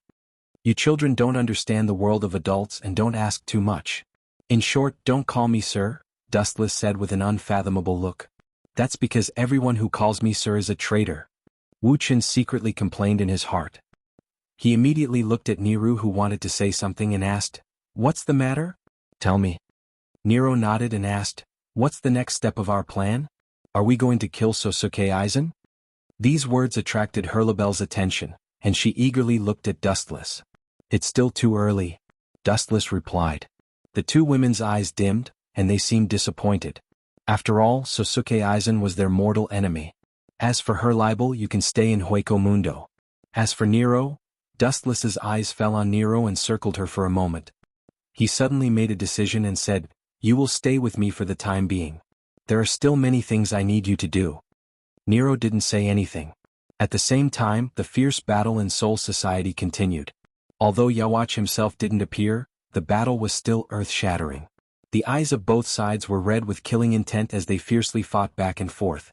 The entire Quiet Soul Society was severely attacked and turned into a pile of ruins.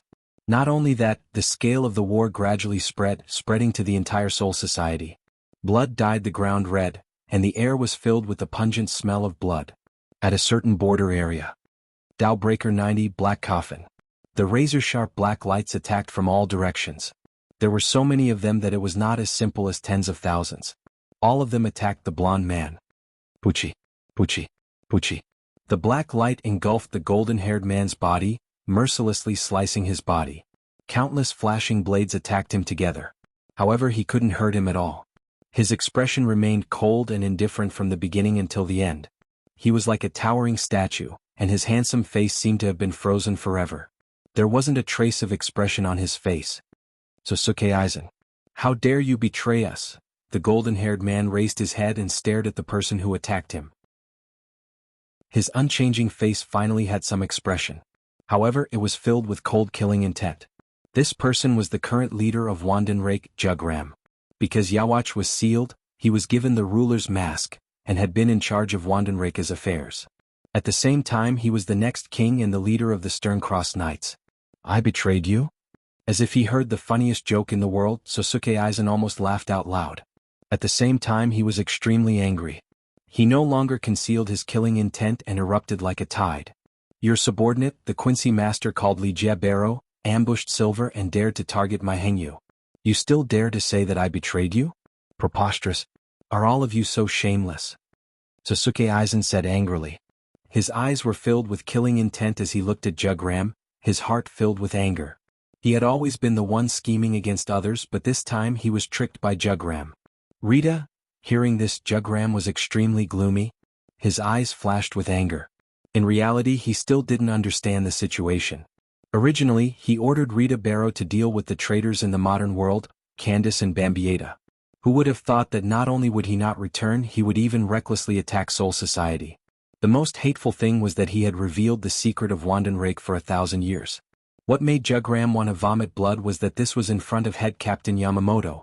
Left with no choice, Jugram could only order all the members of Wandenrake to attack. Only then would they have the initiative. I have nothing to say about Rita Barrow, but it is a fact that you provided head captain Yamamoto with information about Wandenrake. Jugram didn't reply. He still couldn't find Rita Barrow. He dared to have ideas about Hogyoku, so it is normal for me to betray you. Sosuke Aizen didn't care. He looked at Jugram with a burning desire to fight. Stop talking nonsense, let me see how different you are as the leader of a knight regiment. Aizen's Ryatsu shot out a cold light, and his Ryatsu surged.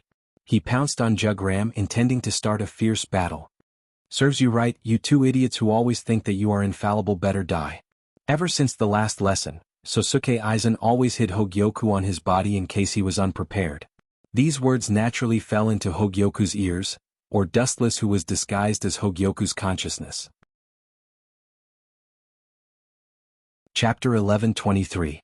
Dustless was the one who secretly instigated this war. His goal was to get rid of the Wanless Empire that was hiding in the dark.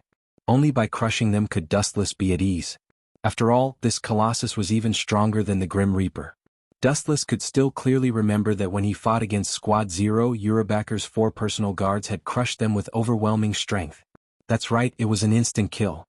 The most shocking thing was that when he fought against head captain Yamamoto, although Urabacker had used a trick to get rid of him, it was enough to show Urabacker's foresight.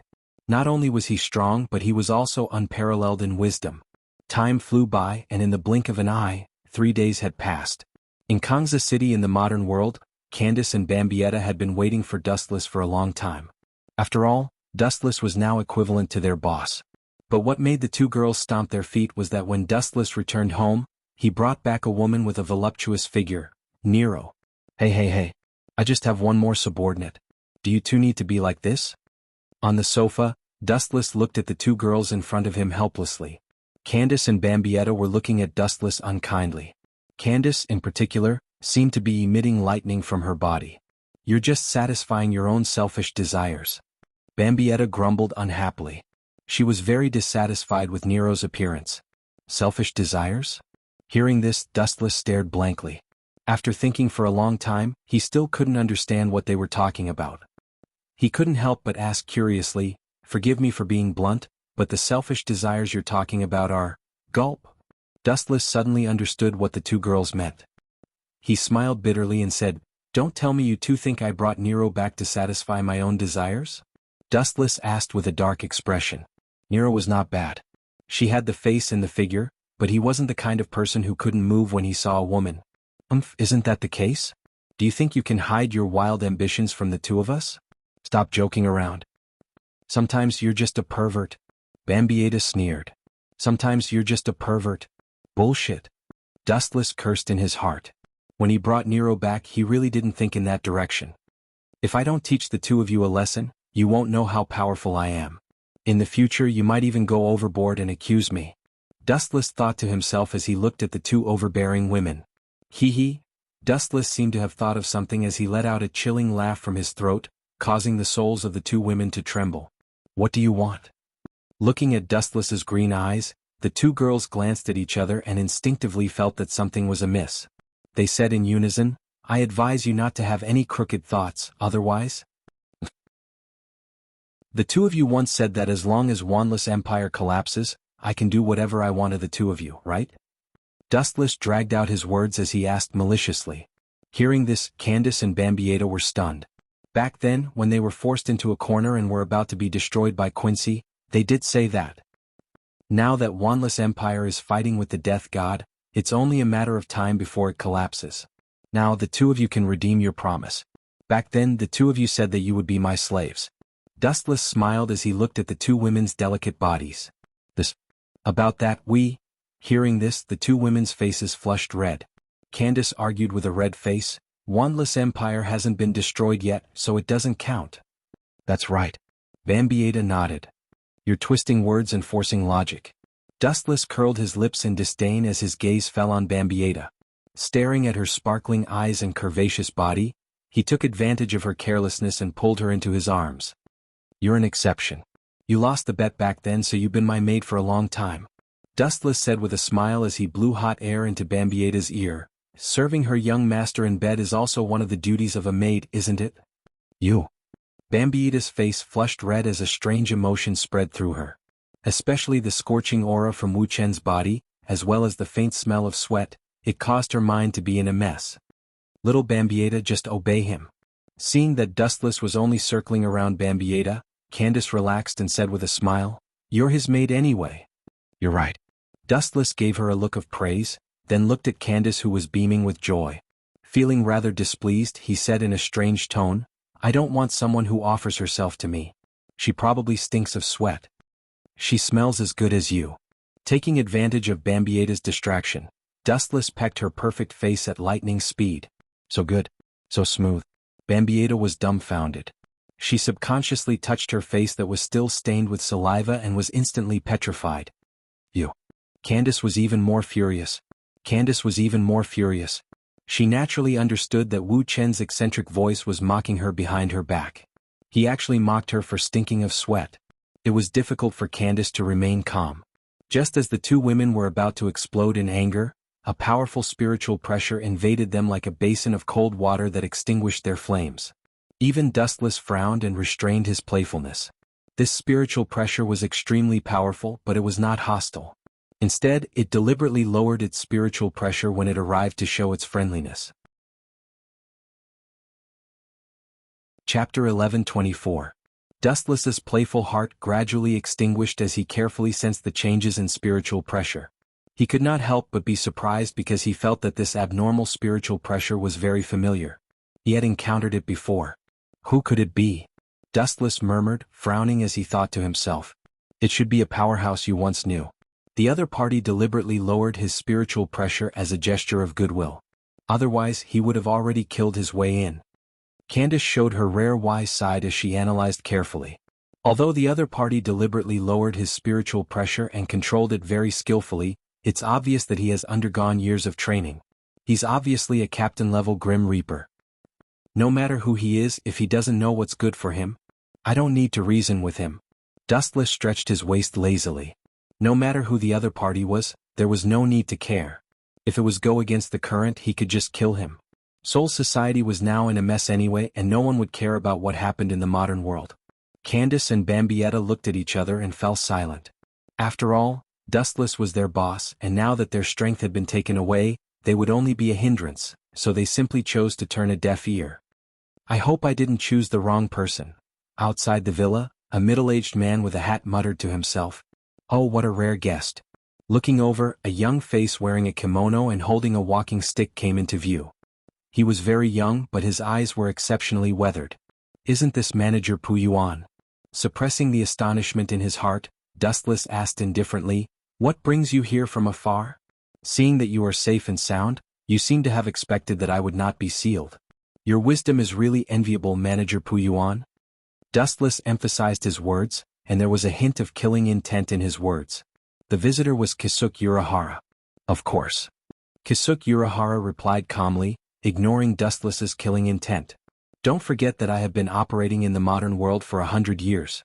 When you came to settle down in the modern world, I discovered you." "I see." Dustless didn't doubt his words and asked with interest, "Then why is Urahara's store manager here? Don't tell me you're here to arrest me." Hearing this, Urahara Kisuke smiled bitterly.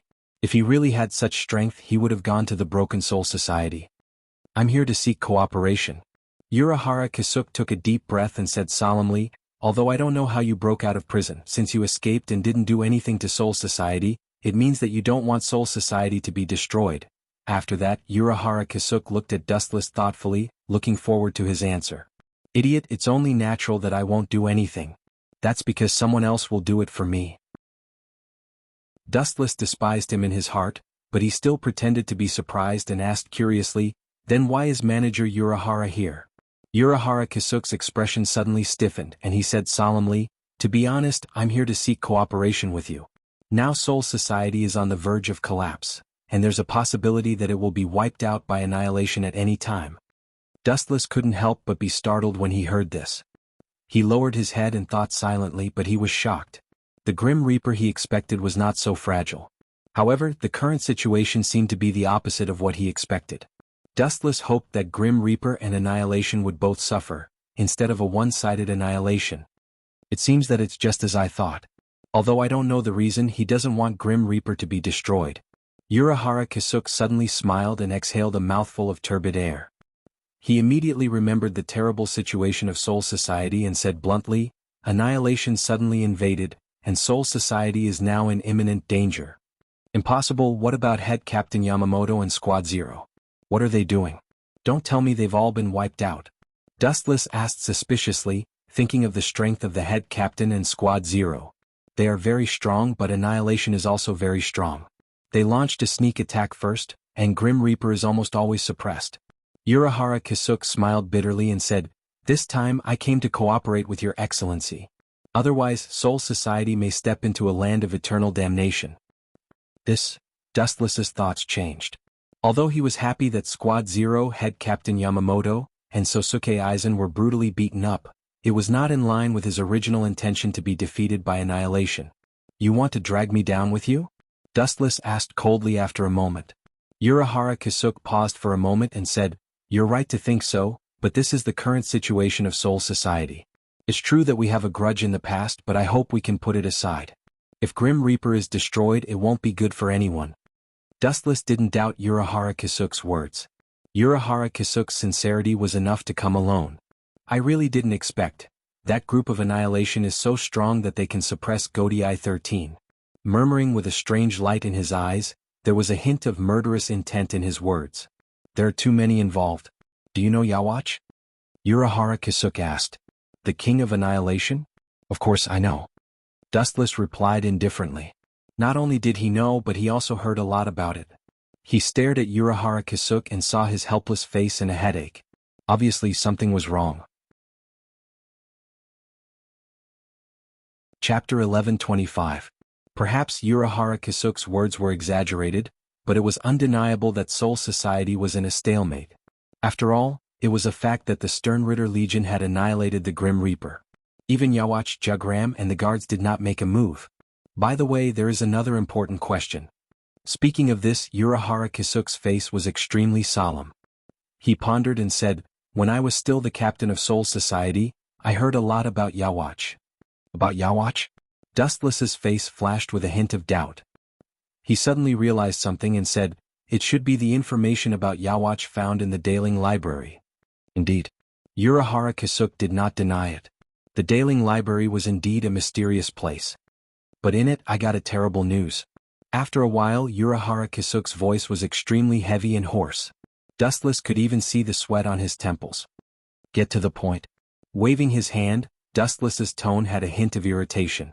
He guessed that Urahara Kisuke was going to talk about Yawatch's background again.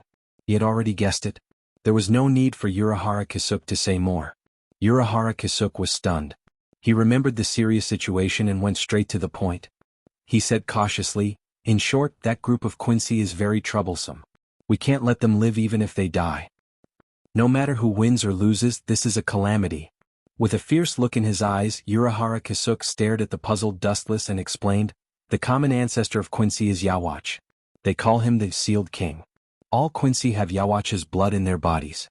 Their abilities also belong to Yawatch, including the Sternritter Legion that is attacking Soul Society now. Their abilities are all given by Yawatch. I also know this. Yawatch has an ability called Saint. After a Quincy dies, their souls all belong to Yawatch. He can use Saint to resurrect all those who died. Before Dustless could finish the last few words, his voice suddenly stopped.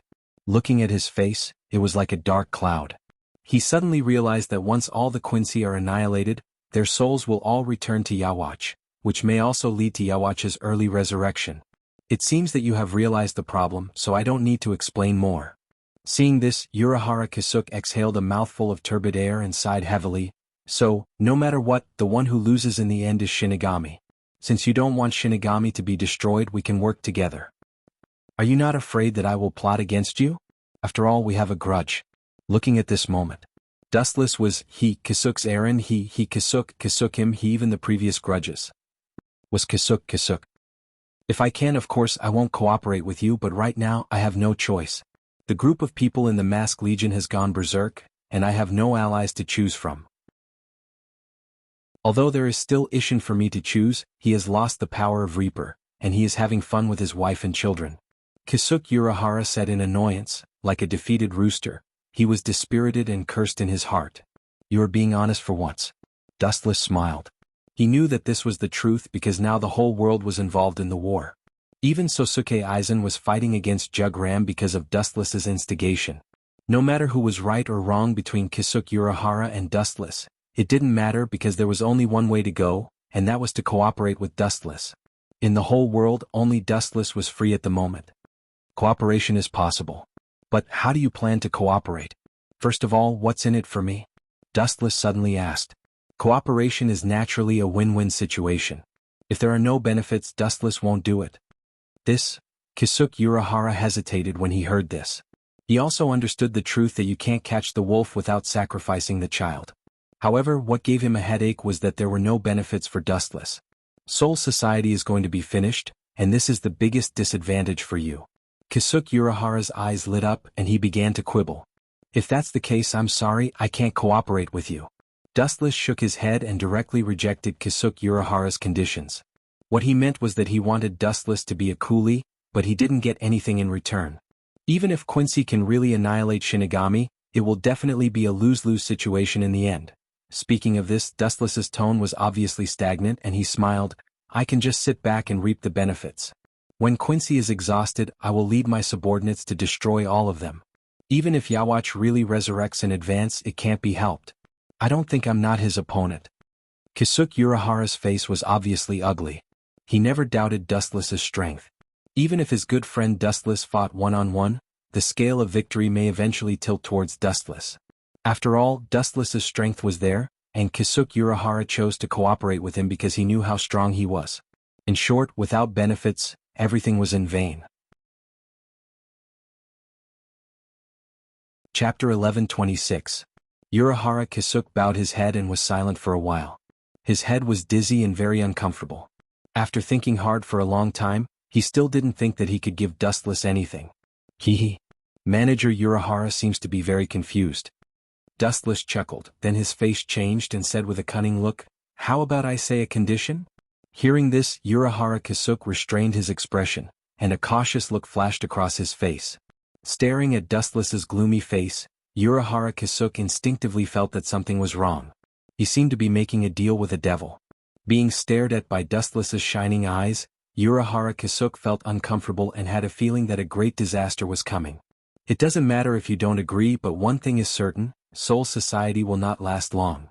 Dustless said calmly and deliberately added, Head Captain Yamamoto is old, and Soul Society has been severely damaged by me before.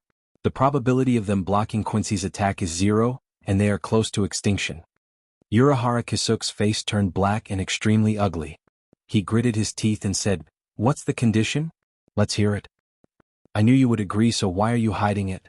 Dustless was very disdainful and immediately thought for a moment and said, One day in the future after Soul King falls, you must stand up and support me to become the new Soul King. Urahara Kisuke was petrified, his eyes widened and stared at Dustless in a daze. Are you serious? Soul King will never fall. Hearing this, Urahara Kisuke's first thought was that he had misheard. The fall of Soul King is inevitable. Even if Yawatch lets Soul King go, Dustless will not let Soul King go. He will devour Soul King in some way, and his strength will be increased explosively. Don't think it's incredible, only I can replace Soul King in the world. Wu Chen raised his eyebrows in an unusually serious manner. Soon after, he changed the topic and said, Why do you think Squad Zero didn't kill me to prevent future troubles? In fact, Yawatch is a nightmare for them. After the Spirit King is killed, they can use me as a replacement. Urahara Kisuke nodded in agreement. The existence of Psionic King was a disgrace to Yawatch. Therefore he wanted to kill Psionic King by any means possible. It was understandable that Team Zero wanted to find a spare tire. However, the existence of the Spirit King is extremely special. Can you really replace him? He is the foundation to maintain the operation of the world. Not everyone can do it. Urahara Kisuke was puzzled and full of doubts. You don't have to worry about this. Do you agree to my conditions or refuse? Dustless shook his head, apparently not interested in answering Urahara Kisuke's question. If you can really do it, I will definitely support you in the future. After all, this is not good for Soul Society. Urahara Kisuke finally chose to compromise. At the same time, he was relieved. If Dustless could really become the Spirit King, then it would be the best. It also meant that this mortal enemy would become an ally from now on. Even if this ally was very strange and his temper was unpredictable, at least from now on, he could barely be regarded as a comrade in the trenches. You group of idiots are simply stubborn. Of course, I can't replace the Spirit King, but I can change to another way. A group of big idiots. Seeing Urahara Kisuke smiling, Dustless slandered in his heart. Frankly speaking, he really couldn't replace the Spirit King. After all, the Spirit King was created by human factors, and its purpose was to stabilize the entry and exit of souls. Although Dustless had many abilities, he was not omnipotent. He couldn't stabilize the entry and exit of souls in Hueco Mundo, the modern world, and Soul Society. However, if one day the Spirit King and Dustless merged into one, then it would be a different story. Of course, it didn't mean that Dustless himself and the Spirit King merged into one. Just thinking about the Spirit King's strange appearance, Dustless couldn't help but shudder. Absorb the Spirit King into the Hogyoku, let them merge into one, and then I merge with the Hogyoku, hee, then I will be a brand new Spirit King. You group of idiots are really stupid. Looking at Urahara Kisuke with pity, Dustless's heart was full of sympathy. After absorbing the Spirit King, the Hogyoku naturally became a brand new Radiant, and could provide Dustless with more Ryatsu. Although the Hogyoku claimed to be able to evolve infinitely, but since its consciousness was destroyed by him, its ability was greatly reduced. After absorbing the Spirit King, it could naturally make up for the previous fragmentation, and it was possible to go to the next level. It could make up for the loss after erasing the Hogyoku, expand the Hogyoku's limit, and also become the god of death, the Spirit King becoming the unique supreme leader, commanding the entire death god. Dustless obviously didn't suffer a loss in this deal. It was profitable and it was very big. But then again, how do you want me to help Death God? Even if my identity is exposed, I don't want to become a wanted criminal in Soul Society again. Staring at Urahara Kisuke's proud smile, Dustless's tone left no room for negotiation. Of course, this is a must. Perhaps because he was in a good mood, Urahara Kisuke suddenly became incomparably flamboyant. He opened his white and blue folding fan, covering half of his face, and smiled. What you want to do is actually very simple. Simple? Hearing this, Dustless directly turned a deaf ear. Urahara Kisuke was willing to lower himself to cooperate with him. It was definitely not a simple task. At least, he couldn't do it himself, otherwise he wouldn't have made an unnecessary move to cooperate with Dustless. Chapter 11:27. Quietly looking at the complacent Urahara Kisuke, Wuxia couldn't help but feel funny, especially looking at the bandages all over Urahara Kisuke's body. His mind was even more strange. If Urahara Kisuke knew that the person who plotted against him was Wuxia, who knew what he would think? But now it didn't matter anymore. Your Excellency's task is very simple. Defeat the current leader of Quincy, Jugram. Hearing this, Dustless slightly raised his eyebrows, glanced at Urahara Kisuke suspiciously, and confirmed again, I said before, I won't expose my identity. Dustless rejected Urahara Kisuke without hesitation, feeling that this guy was pushing him into a fire pit. Of course, I know this. There's no need to worry, I've prepared everything. Urahara Kisuke smiled mysteriously, looking very cunning and despicable. I've set up a barrier in Soul Society in advance. As long as we lure Jugram over and defeat this leader of Quincy, other people's attacks will collapse on their own. It's not luck that this guy was able to plot against Sosuke Aizen in the future. Such foresight. I have to guard against him.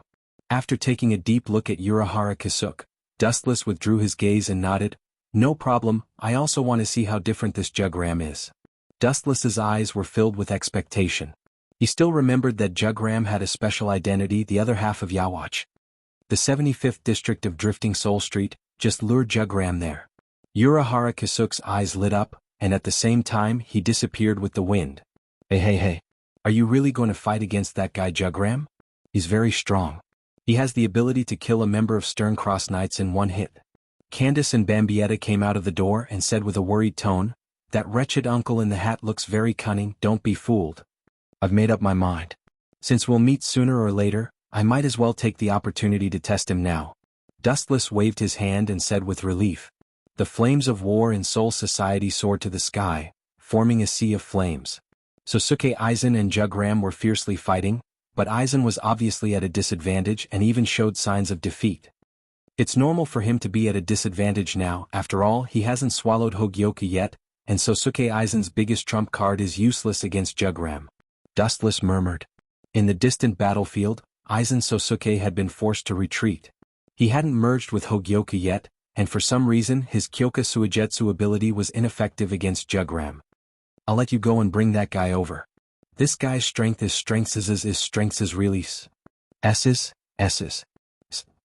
He, son the other side, Aizen Sosuke felt the tyrannical power coming from the Zanpakuto, and his face became silent.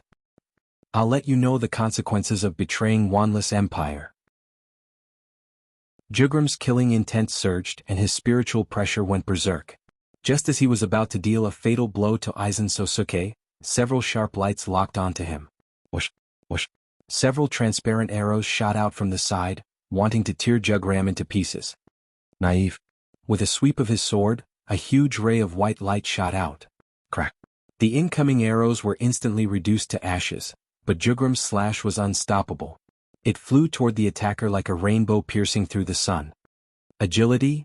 A ripple appeared in Jugram's eyes and he was very surprised when he saw who it was. He immediately abandoned Aizen Sosuke and chased after Barrow. Although I don't know what's going on, this is good. I don't want to expose my strength either. It's best if you guys can kill more death gods. That would be for the best. Aizen glanced at Jugram and turned to leave. Stop right there, Agility. Jugram roared. It was because of him that Quincy, who had been hiding for thousands of years, had to resurface. He still needed to solve all the mysteries. Tis. On the 75th Street, Dustless, who was resting, opened his eyes and stared at the figure coming from the horizon. A teasing smile appeared on his face. Agility? Barrow was controlled by his Rinnegan. After a while, Agility? Barrow landed on the ground and strangely disappeared. This is... Jugram narrowed his eyes. His thick black eyebrows were involuntarily raised. His gaze immediately spread out and a smiling Wuchen was reflected in his eyes. "'Tis you?" Jugram was stunned and frowned. "'Tis you who should be suppressed. Why are you here?" Dustless was unmoved when he heard that. He smiled lazily and said, "I can only tell you one thing. The person who is going to be suppressed today is called Jugram Hasward." "'Tis you?" Jugram sneered. "'Tis you who thinks that Team Zero can't do anything to you and I can't do anything to you? Don't." Bang. Before Jugram could finish his sentence, a flash of light came and he was sent flying by Dustless' sneak attack. "I hate people like you who have no strength but are arrogant." Chapter 11:28. This kick was merciless. It sent Jugram flying hundreds of meters away. A large footprint could be seen on his handsome face. "You're asking for it."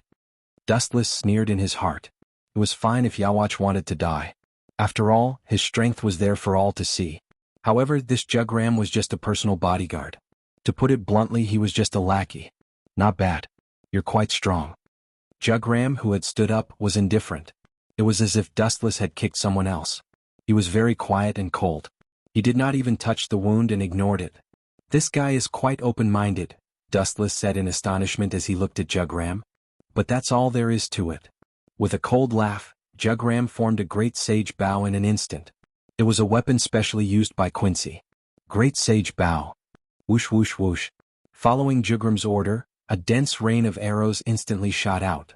The sharpness of the arrows made one unable to look at them directly. The sharp whistling sound made one's scalp go numb. The attacks were ruthless. They were aimed at Dustless's eyes, heart, and head. Insignificant skill. Glancing faintly at the arrows that were completely compressed by spiritual particles, Wu Qin directly ignored them. His body directly glowed with a faint light. Whoosh whoosh whoosh. The cold light pierced through Dustless's body. However, he was completely unscathed. The damaged parts only glowed with a golden light. Then they were repaired. He was completely fine.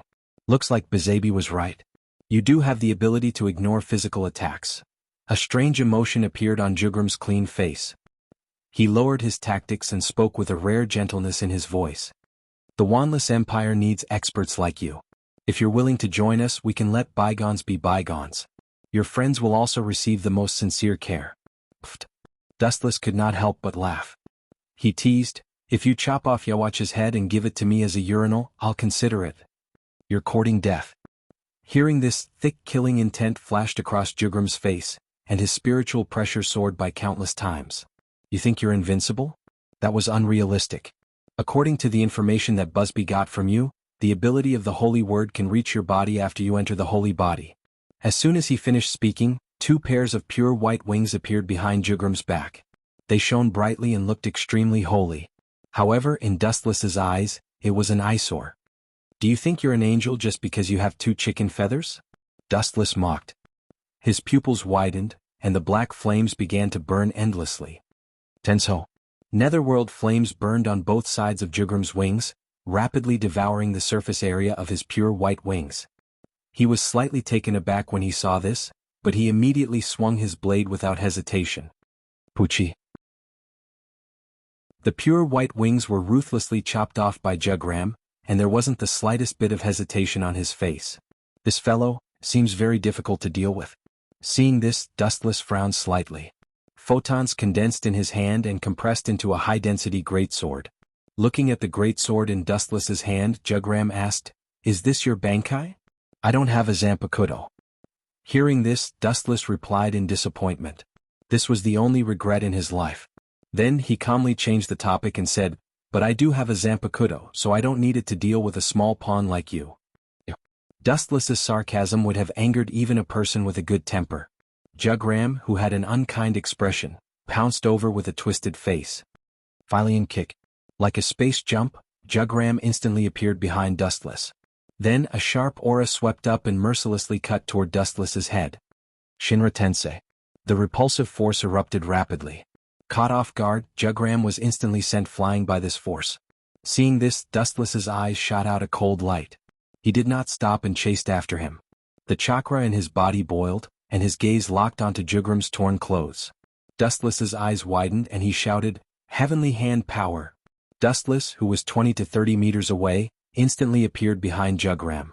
A huge flash of light filled with destructive aura mercilessly greeted his head. Lightspeed kick. Resplendent flashes of light rumbled and annihilated Jugram's entire body. The powerful force kicked him into the air. Go to hell, eyesore of a small fry. Dustless, whose eyes were filled with murderous intent, was as terrifying as a prehistoric beast. His spiritual pressure burst out like a torrential rain, faintly revealing a turbid coat of arms, an unruly and arrogant talent. Surge, negation, rebound, extend to the ground, know your own powerlessness. Staring at the charred figure in the sky, Dustless finished his chant and spoke in a cold voice. Breaking the Tao's 90, Black Coffin. Under Dustless's all-out chant, the power of the Black Coffin instantly increased. It was eerie and terrifying. An incomparably huge black coffin stood on the ground, emitting an ancient and decaying aura. Inside it, countless sharp invisible blades suddenly appeared and attacked Jugram's body at the same time. Fortunately, Urahara Kisuk had set up a barrier in advance, so no one saw this exaggerated scene. The sharp edges of the black coffin tore Jugram into pieces at the same time.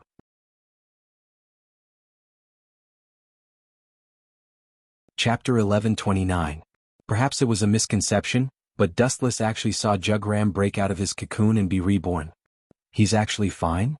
After a while, Dustless said in shock after confirming that he was not mistaken.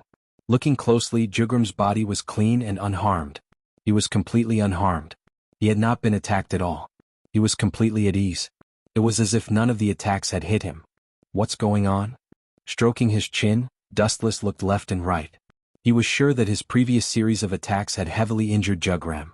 Even if he had been blessed by the heavens and survived, he should have at least been injured. But now he was completely unharmed. What's that? Looking up at the sky, Dustless suddenly realized that the sky had darkened. A strangely shaped scale was floating in the sky, leaning toward Dustless. This seems to be Jugram's ability. In the original work, he used this ability to break Tsangdu's ability and instantly kill him, Dustless pondered. Looking at the unscathed Jugram, a look of understanding flashed in his eyes. Jugram's codename in the Wanless Empire was B, and his ability was Balance. This was the scale floating in the sky. Once the scale fell toward Dustless, his abilities and strength would be unlimitedly weakened. I see. Suddenly understanding, Dustless praised, the black coffin that attacked you as well as the body art from before, We're all weakened by you. No wonder you were unaffected. You're not simple. You, hearing this, Jugram did not feel any joy. Instead, his brows furrowed tightly. His wariness toward Dustless had reached an unprecedented level. He rarely made a move, but Dustless had seen through his ability. You're right. Since his ability had been seen through, Jugram did not hide it and directly admitted it. He said calmly, "This is my holy word ability, balance. When the scale floating in the sky falls toward you, all of your abilities will be weakened. Your skills will not harm me at all, just like that ghost path just now. It has no effect on me at all." He is indeed very strong. Dustless didn't comment when he heard this, and then he took the initiative to launch an awe-inspiring attack. Dowbreaker 88 Flying Dragon strikes the thief. In the blink of an eye, a thick beam of light shot out, engulfing and annihilating Jugram. Who would have thought that Jugram, who was bathed in the light, would be completely unscathed? He didn't react at all, and his face remained as calm as an ancient well. What was even more shocking was that he was slowly walking over against the light. In his hand was a cold glinting sword, and he strolled over in a relaxed manner. Damned Yawach. Upon seeing this, Dustless couldn't help but curse his friend Havoc. That was because all of the Starcross Knight's abilities came from him, and this inconceivable balance ability was far too overpowered. Dustless's attacks were weakened, and the damage he dealt to Jugram was 0. Swish, swish. Jugram's speed was 10 times faster than before, and he couldn't even catch a glimpse of his shadow. By the time he realized this, Jugram had already sliced through his body. At the crucial moment, Dustless decisively used God's might to materialize himself. "You didn't hit me?" Jugram was stunned, and his tone was filled with doubt. He subconsciously looked at Dustless, but what he got in return was a cold beam of light. Poochie. The sword light cut through Jugram's body, and the blood on the blade of the heavenly sword of clouds evaporated rapidly. Jugram looked at the wound on his waist and felt the piercing pain all over his body. He couldn't believe it and said, "Impossible, you should have been weakened by my ability." "Weakened? You have indeed weakened me." Dustless shook his head. His black coffin didn't have any effect on Jugram, and this explained everything. "However, even if you weaken me without limit, the difference between the two of us is still like heaven and earth. It's just like an ocean. Even if you suck in 99% of its water, it's not something a stream can compare to. Do you understand what I mean?" Jugram's face turned green. How could he not understand what Dustless meant? He sneered and said, "In other words, you can deal with me with the remaining 1% of your strength?" As expected of Yawach's loyal lackey, so smart. Dustless gave him a thumbs up, and his expression was extremely cold. He unleashed all of his strength and charged at Jugram with his sword. His expression was calm and fearless. Jugram's balancing ability was indeed a heaven-defying and invincible existence. When one side of the sky was lowered, the enemy would be weakened in all aspects. On the other hand, Jugram's strength would increase exponentially. However, for a skill like God's might, it was useless no matter how much it was weakened. This skill wasn't an attack in the first place. Bang bang bang. The two of them fought back and forth fiercely. Saber light and sword shadows flashed and sparks danced in the air. Boom boom boom. Along with a loud boom, a white figure was sent flying. Dustless had won for now. Huff, huff, huff. This bastard's ability actually reduced spiritual pressure, stamina, effort, and even the chakra in my body to a negligible level. Dustless panted heavily.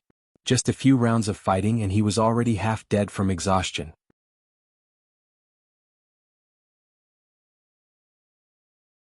Chapter 11:30. Dustless was extremely depressed. In an instant he felt that he had turned into an old man who was hundreds of years old. Walking was extremely tiring, and his whole body was being eroded by some mysterious power. He was like an old man with a candle in the wind, and his strength was being stripped away. In an instant he became weak and powerless. It was as if a gentle breeze could blow him away. This power is really troublesome. Dustless's old face was flushed red, and he almost fainted from exhaustion. Jugram's face didn't change from the beginning to the end. Looking at Dustless, his eyes were filled with pure pity and he said coldly, "It's already commendable that you can hold on until now. Now let me purify you. You should be proud to die in my hands, and you should be able to rest in peace in the underworld for scheming against our wandless empire." After saying that, Jugram stepped forward gracefully. "You want to purify me? You overestimate yourself." Dustless coldly snorted, full of contempt and provocation. The eye power of Samsara's Sharingan went berserk. Even if 99% of the eye power was suppressed, the eye power that erupted was still extremely powerful. After all, Dustless was the main body of the Jubi, and his data in all aspects were perfect. Tomb of Samsara, border prison. Several shadows suddenly appeared, and under the control of Dustless's mind, they immediately rushed towards Jugram. Bang bang bang. Dustless's shadows caught Jugram and beat him up without mercy. The most heaven-defying thing was that these shadows all used armament hockey. That fist, which was harder than a meteor, smashed into Jugram's body, causing him to howl in pain and let out a miserable cry. Boom boom boom. As the foot fell, Jugram's whole body was blasted away by the shadow formed by Tomb of Samsara, border prison. His whole body was covered in blood, and his handsome face was badly mutilated. It seems that he used blood-calming equipment. Otherwise he should have been beaten to a pulp. Dustless muttered in his heart. At the same time he jokingly said, "Yo, how did you get beaten up like this? Didn't you say that you want to purify me? Come here." Dustless was full of disdain and contempt, giving people the feeling that he was a villain who had succeeded. He didn't have the slightest good impression of this Jugram. If it wasn't for the chakra and the various powers in his body being weakened, he would have definitely beaten this guy into a pulp. Looking at his eyes that seemed to see through everything, Dustless's stomach, and he couldn't help but want to vomit. As I said before, even though the river dried up, it's not something that a small stream like you can compare, Dustless said indifferently. Perhaps Jugram couldn't see it, but there were several shadows in front of him. It was impossible for Jugram to get close to Dustless. What kind of despicable trick you? Jugrams of Samsara's. After being beaten up for no reason, he was abnormally angry, and the most annoying thing was that he couldn't even find a trace of the enemy. They're right in front of you, but you can't see them. Dustless shook his head in pity, full of sarcasm. The shadows he formed using Samsara's tomb, border prison, were all standing in front of Jugram, but he couldn't see them.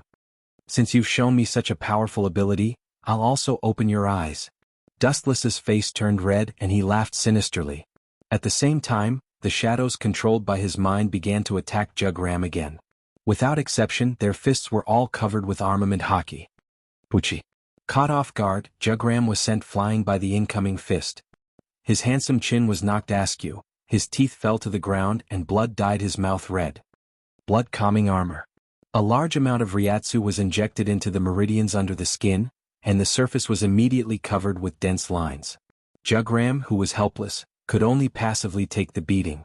He was blinded and he couldn't see who attacked him at all. In just a few seconds, Jugram was beaten black and blue. His whole body was dripping with blood and he looked very miserable. His whole person was like a prisoner on death row and he was extremely embarrassed. "I won't let you die so easily. What you've given me, I'll return to you hundreds of times," Dustless said coldly. He gave off the feeling of a demon and there was no human aura at all. Boom boom boom. An extremely powerful energy beam erupted, raging like a hurricane. The enchantment set up by Urahara Kisuk creaked and gradually showed signs of collapsing. "It seems that I can't play anymore," Dustless muttered to himself. The hostility in his eyes was buried deep. He looked at Jugram as if he was looking at a corpse, without any emotion. "Although I don't know what's going on, one thing is certain. The person behind this technique must be..." Bang bang bang. Before Jugram's words fell, another wave of punches and kicks annihilated him, ruthlessly destroying him. He was in so much pain that he wished he was dead. Shoo shoo shoo. At this moment, a violent roar sounded, and afterimages that were difficult to catch with the naked eye came head-on. They almost instantly arrived in front of Dustless, and the sharp Ryatsu sword slashed down. However, at this moment a sudden change occurred. The sudden change made Jugram dumbfounded as he stared blankly at the dazzling sky in front of him. He suddenly felt that he was very small, like an hourglass, and was easily subdued in an instant. Chapter 1131. The golden light in the void connected together, and the scale and momentum were incomparably vast. It was so dazzling that Jugram could not open his eyes. At this moment, two daggers slowly wrapped around Jugram. His arms and legs were all bound by golden chains, and he was easily subdued like a dumpling. "What is this?" Jugram muttered. He swayed his body and released his spiritual pressure at the same time, trying to use his powerful strength to shatter the chains. However, the effect caused Jugram's eyes to widen. His spiritual pressure had no effect on these golden chains at all. This is called the heaven lock. Dustless's eyes were exceptionally dim and powerless. His entire body was filled with powerlessness. After seeing Jugram being subdued, he directly sat on the ground. Heaven lock. Hearing this, Jugram repeated the name. He knew all kinds of death gods Bankai and the ghost Tao, but he realized that he had never seen this heaven lock before. It seemed to have jumped out of the category of death god. It was not just death god but also void and Quincy. Although I am surprised that you have such a trump card, no matter what moves you use, they are useless against me. Jugram's confidence rose from the ashes and he proudly said, in front of God, nothing is worth mentioning. Hee. Hearing these arrogant words, Dustless's face was filled with smiles. He was abnormally bright as he smiled and said, what a coincidence. My heaven lock is effective against gods. It is a type of god of law weapon. What was a god of law? It could be understood that it was specially used to restrict gods. Nonsense. Hearing this, Jugram laughed coldly and unleashed even more powerful spiritual pressure. At the same time, his heaven-defying ability of balance was strengthened without limit, weakening the effects of the heaven lock. I will show you that the so-called god of law weapon is actually a piece of scrap metal. Under Jugram's effect, the golden heaven lock instantly turned into a trash-like existence. It lost its previous golden luster and became dim. Some parts even rusted. Can such a thing still be called god of law? Jugram coldly asked. His spiritual pressure spread out in all directions. Just as he was about to completely shatter the heaven lock, a change suddenly occurred. Clang, clang, clang. Heavy spiritual pressure washed over the rusty heaven lock, but it didn't seem to have any effect. The only thing it did was make a series of crisp sounds. Apart from that, there was nothing special about it. How is this possible? Jugram's pupils shrank when he saw this. His pupils dilated several times as he looked at the firm heavenly lock. His heart turned cold and he was so shocked that he was speechless. She subconsciously raised her eyes and saw Dustless looking calm and composed, as if everything was within his expectations. The uniqueness of the heaven lock is not its material, but its uniqueness. Dustless's voice sounded very old as he explained in a neither slow nor slow manner. God of justice is a type of rule, it has nothing to do with the material used to create the heaven lock. What do you mean? Hasworth, who was at a loss, frowned slightly. He felt that Dustless was implying something. The meaning is very simple. Dustless smiled and explained, it's because you're a god that the power of the heavenly lock can be maximized. Nonsense. Snorting coldly, Jugram said with contempt, I'll tear this piece of scrap metal apart for you to see. This enchantment won't last long. Don't waste my time. Dustless glanced at Jugram, who had a ferocious expression, and lowered his right arm. The light in the void instantly shone to the extreme. Swoosh swoosh swoosh. Countless divine weapons came crashing down. The sharp cold light was enough to cut through mountains and separate the sky. The void was replaced by a sea of weapons. Gulp. Bean-sized beads of sweat dripped down from Jugram's forehead. Seeing this, Jugram struggled even harder, but it was useless. He could only watch as the weapons came at him. He was destined to be pierced full of holes. Poochie, poochie, poochie. The sound of his body being cut apart didn't stop. Jugram was in an abnormally miserable state. His body was pierced by all kinds of weapons. It was too horrible to look at. His limbs, internal organs, and even his head and throat were all severely injured. You bastard. Jugram used all his strength to speak in a hoarse voice. His throat was already damaged and it was very difficult for him to speak. He said with hatred, don't think that you've won. I will make a comeback. I know that. Dustless smiled calmly. His body had completely recovered, which meant that Jugram was completely done for. However, this was only a temporary victory. After they died, their souls would all belong to Yawach. They could still use their saint abilities to revive again. Unless they killed Yawach himself. So what if I make a comeback? I can kill you once. Do you think there won't be a next time? Idiot, I can only tell you that it will be even easier to kill you next time. Dustless didn't care. He wouldn't fall for the same ability twice. Jugram laughed sinisterly and shouted, don't be so, Poochie. Before he could finish his sentence, Jugram's body was cut into two. The cold light of the heaven cluster cloud sword pierced through his body and cut him in half mercilessly. You don't even realize your own identity. A lackey will always be a lackey. His indifferent gaze swept across the ground. Jugram's body instantly burned with black flames. The flames only stopped when he completely disappeared. Chapter 1132. Dustless looked expressionlessly at Jugram, who was being burned by the raging fire. His heart was abnormally calm. At this moment, the barrier set up by Urahara Kisuk finally couldn't bear the burden and collapsed. The scorched earth on the ground was exposed to the air. "You asked for it." After a while, Dustless murmured. Just as he was about to leave, an uninvited guest suddenly appeared. "Are you here to die?" Dustless asked indifferently. The newcomer seemed to have noticed that Jugram's spiritual pressure had disappeared. He stared at Dustless ferociously, and the spiritual particles around him were filled with flames. It was obvious that this person was about to go berserk. He locked onto Dustless, and the violent spiritual pressure fluctuations directly shook the ground. Dustless looked up and glanced at this person. He said indifferently, "Even Yawach won't revive someone like you after you're killed. You're different from those guards in Jugram. You're just a small chess piece." Dustless said coldly. The newcomer was Busby, who had been killed by him before. Who would have thought that after being revived he would come to die again? "Hugo Jugram, as spiritual pressure has disappeared. Did you do it?" Busby tried his best to retract the flames that were about to erupt from his body, and waited for Dustless's answer with a twisted face. Crack, crack, crack. A crisp sound of bones rang out and drilled into Dustless's ears. It came from Busby's body. Dustless saw that he was so angry that his bones were creaking. As you can see, Dustless still maintained his indifference. His indifferent tone was as if he was talking about a trivial matter. "Impossible.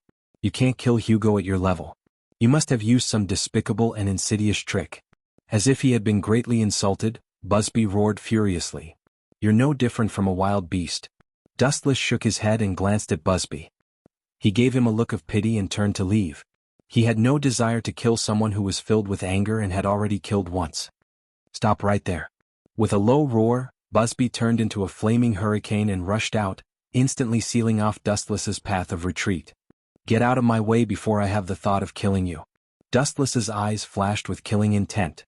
He closed his eyes and muttered to himself, as if lamenting why there were so many idiots who overestimated themselves in this world. His expression was as ferocious as a wild beast's. Busby didn't appreciate it. He flicked his fingers, gathering spiritual particles, and a sharp light shot out. Holy Annihilation Arrow. Sensing the incoming killing intent, Dustless suddenly opened his eyes. Many arrows compressed by Lingzi pierced toward him. Dustless's face flashed with a touch of cold hostility. Binding Tao 81, space shattering. The transparent wall cut off the world. Even though it was as thin as a cicada's wing and seemed to be unable to withstand a single blow, Dustless was as immovable as a mountain. His quiet appearance was extremely calm. Bang, bang, bang. After a few consecutive collisions, the transparent barrier remained unmoved and defended against Busby's attacks. Boom, boom, boom. Seeing this, Busby didn't have the slightest awareness of being weak. Instead, the Ryatsu all over his body rolled and he planned to fight to the death. "You're hopeless." Dustless was too lazy to talk nonsense. His pupils slightly widened and ripples surged out from his Rinnegan. The 9 mysterious Magatama shook, and he disappeared without a trace. Where did he go? Busby was taken aback and immediately looked for Dustless's trace in exasperation. Poochie. A sharp light came from behind and instantly pierced through Busby's body. When did this happen? Looking at the scorching light sword in his chest in disbelief, Busby's face was as pale as paper. Sensing that his vitality was rapidly draining, he used all his strength to turn his head. The one holding the sword was Dustless with a deathly expression. "It's impossible for you to spy on heavenly hand power at your level." Dustless spat out a sentence from the corner of his mouth. His entire body was filled with murderous intent. He immediately lifted his thumb and aimed at Busby's head. Tao Breaker 88, Flying Dragon strikes the thief. A thick flash erupted from the tip of his finger, and Busby, who was close to him, instantly collapsed. Not even a corpse was left behind. He was directly crushed into dust by the flash. "Ah, you're really strong. No wonder you can face the captain and Team Zero alone." At this moment, a shocked voice suddenly sounded. A young man wearing a kimono, a hat, and a crutch descended from the sky. Of course, his voice was filled with fear. Glancing at him, Dustless retracted his gaze. This person was Urahara Kisuk. "You're the one who lured that mohawk here, right, Manager Urahara?" Closing his eyes, Dustless carefully sensed the changes within a radius of tens of miles. He opened his eyes again, revealing a strange look. Urahara Kisuk, you seem to have misunderstood something. I'm cooperating with you, not being used by you. Revealing a thick killing intent, the ground was covered with a layer of frost. Dustless warned, once I feel that I'm not getting any benefits from cooperating with you, I'll immediately stop and even fight with you. Using you as a tool? How is that possible? Everything is a misunderstanding. Urahara Kisuk made his signature move, covering half of his face with a fan, and smiled. That guy seems to be called Busby. He's a close friend of Jugram who was killed by you. It's normal for him to feel his spiritual pressure disappear and come to help, Captain Dustless. I hope so. Dustless directly refused and then added, don't call me Captain. That's all in the past. Now I only have one purpose, to replace the Soul King. That means we still have room for cooperation. Happy cooperation in the future. Urahara Kisuk laughed, but his laughter was very embarrassed. It sounded very forced, full of vigilance and fear. He clearly saw the battle just now. If it weren't for his heaven-defying ability, Urahara Kisuk was sure that Jugram would have been instantly killed. Chapter 1133. Urahara Kisuk had a new understanding of Dustless's strength. He had already reached the realm of perfection. Now that he was so terrifying without the Hogyoku, once he got the Hogyoku, he would become a godlike enemy. Just imagining it, his blood and breathing would not be smooth. The basis of our cooperation will never change, you can rest assured. Urahara Kisuk patted his thin and weak chest and promised. His words were full of sincerity and sincerity. I hope so. After glancing at Urahara Kisuk, Dustless turned and left. What happened to Soul Society had nothing to do with him. Now that the situation was settled, Jugram, the culprit, had fallen. It was equivalent to the entire Quincy losing its brain, and it was close to extinction. Dustless and Urahara Kisuk brushed past each other, leaving him with a back view. After taking a deep look at Dustless, Urahara Kisuk no longer spoke. Time flew by and 5 years had passed in the blink of an eye. Everything had changed.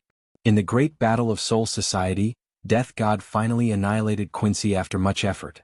However, Death God's side was also seriously injured, and the entire Soul Society was almost destroyed. All the captains, including the head captain, were seriously injured.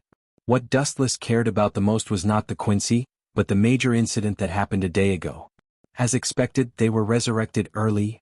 In the modern world, Dustless, who was leaning on the sofa, muttered to himself. Just yesterday all the Quincy in the world, only those with impure bloodlines, died inexplicably. Dustless knew that this was Yawach's doing. Shaking his head, he did not think about it anymore.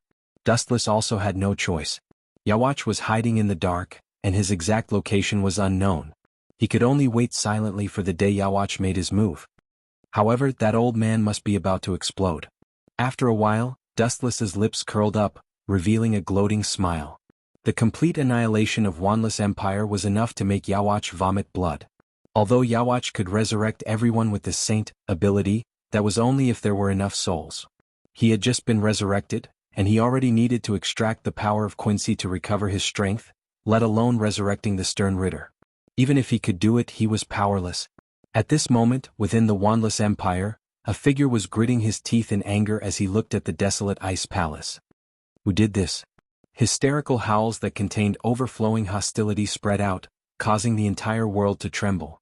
The scene was especially horrifying. This person had long black hair and a beard. He had a deep and ferocious appearance. His eyes were red and his expression was frightening. He had 3 silver medals on his collar and he wore a dark red cloak. It was Yawach. Your Majesty, this is all my fault. Behind him stood a golden-haired man. He was slender, handsome, and had a noble aura. He was Jugram, who had been killed by Dustless 5 years ago. However, Jugram was far too important to Yawach. Even though Yawach's current strength and soul were insufficient, he still forcibly used Saint to revive him. However, this made Yawach, who had just regained consciousness, even more fragile. The person who started all this is called Dustless. He controlled Legia and purposely exposed our tracks to Soul Society. I had no choice but to order the Stern Ritter Knights to launch a sneak attack on Soul Society to seize the initiative. Unfortunately, I was no match for that man and was killed by him. Jugram said helplessly. His tone was filled with disappointment. Even you were no match for him? Yawach was stunned when he heard this. The ferocity in his eyes was extinguished. He muttered, "If that's the case, your failure is understandable. You were no match for him, and those useless pawns were no match for him either. It's normal for them to be annihilated." Yawach had no doubts about Jugram's strength. Otherwise, he would not have ordered Jugram to be his personal guard. "What should we do now, Your Majesty?" "Your Majesty," Jugram asked with a headache. Now that Yawach had just been resurrected, he was even weaker than before. "Then I will bear with it for now and take a step back. When I regain my full strength in the future, I will cut that Shinigami who ruined my plans into pieces." Yawach screamed like a ghost. Time passed quickly and a few years passed. Shinozaki Ichigo gradually grew up, and unfortunately because of Dustless's instigation, he became Aizen Sosuke's research target. Can the power of Hollow, Shinigami, and Quincy really exceed the limit? Aizen Sosuke muttered to himself in the dark underground laboratory of Soul Society. Of course. Hogyoku let out a dazzling light. Dustless, who was disguised as Hogyoku's consciousness, said, "Now is the time to awaken Shinozaki Ichigo's power." Aizen nodded and did as he was told. He instinctively thought that he had tamed Hogyoku. "It seems that my plan should begin." Dustless, who was far away in the modern world, had a lot of thoughts. He had already colluded with Urahara Kisuke, and everything was ready. They were just waiting for Aizen Sosuke to awaken Shinozaki Ichigo's power. Chapter 1134. Over the years, Dustless disguised himself as Hogyoku's consciousness and often bewitched Aizen, and many impossible things became possible. As a result, Aizen was led by the nose by Dustless without knowing it. There is no suitable candidate for the Shinigami in the modern world. In the dark laboratory, Aizen observed Soul Society through the crystal screen, and from time to time he would choose a suitable Shinigami. Let Rukia go. After a while, Dustless disguised himself as Hogyoku's consciousness said. Aizen heard this, and a young girl immediately appeared in his mind. He frowned and said, "She seems kind. If she's not the Hollow's opponent, it would be bad." "It doesn't matter." Hogyoku's consciousness explained, "I think she's just right. She has a kind heart. If it's someone else, they might not lend the power of Shinigami to Shinozaki Ichigo." "You're right, I neglected it." Sosuke Aizen nodded and agreed with Hogyoku's idea. He immediately went to Central 46 to give orders. The modern world in the villa he robbed. Dustless looked at the star badge in his hand. The quality was exquisite, shining, and filled with a special power. It looked very mysterious. This was the star badge that Quincy used to steal the Shinigami's Bankai. Jugram left me something good. I thought I would need to use the system to steal Captain Yamamoto's Bankai, but it seems that I don't need it anymore. Dustless looked at the star badge in his hand and smiled viciously. Once he took the Bankai, it would be a huge blow to him. The strongest Shinigami was only in name. At the same time, 3 days later, Rukia came to Kozaku as Dustless expected. Aizen deliberately magnified the Hollow to get close to Ichigo, and Rukia, who detected the presence of the Grand Hollow, gradually approached the Kurosaki family. Dustless hid in the dark and silently observed this scene. Oeo. The hysterical roar resounded through the sky. Shinozaki Ichigo, who was born with strong spiritual power, immediately noticed this abnormality. He saw the invading great void through the window and quickly ran downstairs. "Is that Kurosaki Ichigo?" Dustless thought to himself as he hid in the alleyway, revealing half of his face. An orange-haired youth came into view. His appearance and temperament were ordinary. The first impression he gave others was that he was asking for a beating. No wonder this brat always attracts a group of people to beat him up. Dustless pursed his lips. The first impression that Kurosaki Ichigo gave people was that he was a delinquent and very arrogant. Puchi. The grand voids that rushed over were obviously not a match for Rukia, and they were all cleansed in no time. Dustless could not help but be stunned by her straightforward manner. That idiot Sosuke Aizen. The current Ruki is no longer the same as before. Her slash and transient steps have improved tremendously. Dustless frowned. If this continues, the chances of awakening Kurosaki Ichigo's death god power will be 0. Kakaka. The void behind him suddenly exploded, and a powerful grand voids came out from it. Dustless deliberately opened the black cavity and released the grand voids to besiege Rukia. Until she was exhausted. Boom boom boom. A large Jillian came out from it and a giant flash came out from its mouth. The dark sky was dyed red, and it was filled with a demonic luster of destruction. The target was not Rukia, but Kurosaki Ichigo. This damn Jillian just doesn't listen to me. Seeing this, Dustless's heart sank. He looked at Rukia, who was wiping her sweat, and his heart fell to the bottom. He was sure that Rukia would not be able to withstand Jillian's void flash. She was too immature now. Whoosh whoosh whoosh. Dustless was pondering, and a giant flash came down and blasted towards Kurosaki Ichigo. Seeing such a scene, Dustless could not help but feel nervous. After thinking for a while, he decided to help Kurosaki Ichigo. This kid was too important now and he could not die. Dustless's pupils spun rapidly, and he suppressed his pupil power to the minimum, and focused on the falling void flash. Mahabharata. An undetectable repulsive force spread out, and the void flash was blown away. Its trajectory was suddenly changed, and it smashed towards the other side of the street. Coincidentally, a good-looking middle-aged woman was carrying vegetables home. What's going on? Kurosaki Ichigo was shocked, and he instinctively looked at the direction where the void flash fell. After seeing the middle-aged woman, his face changed and he used all his strength to shout, "Go away, Mom." Dustless was stunned by Kurosaki Ichigo's deafening voice. Mom? Dustless opened his eyes wide, and while everyone's attention was on the void flash, he floated in the air and saw a female figure in the direction of the void flash. Kurosaki Manori was taken away by Dustless, and now this Quincy's mother's surname was also Kurosaki. Boom boom boom. The falling void flash mercilessly hit Kurosaki Ichigo's mother, taking her life. Her whole body turned into a charred corpse in the middle of the street. Her heart had completely stopped, and she was burned beyond recognition by the void flash. It's really an accident this time. When I came there was no one there. Dustless was speechless and he was sweating profusely. Such a huge mistake was beyond his expectations. Who would have thought that such an accident would happen for a small matter? He subconsciously looked at Kurosaki Ichigo, and his face changed.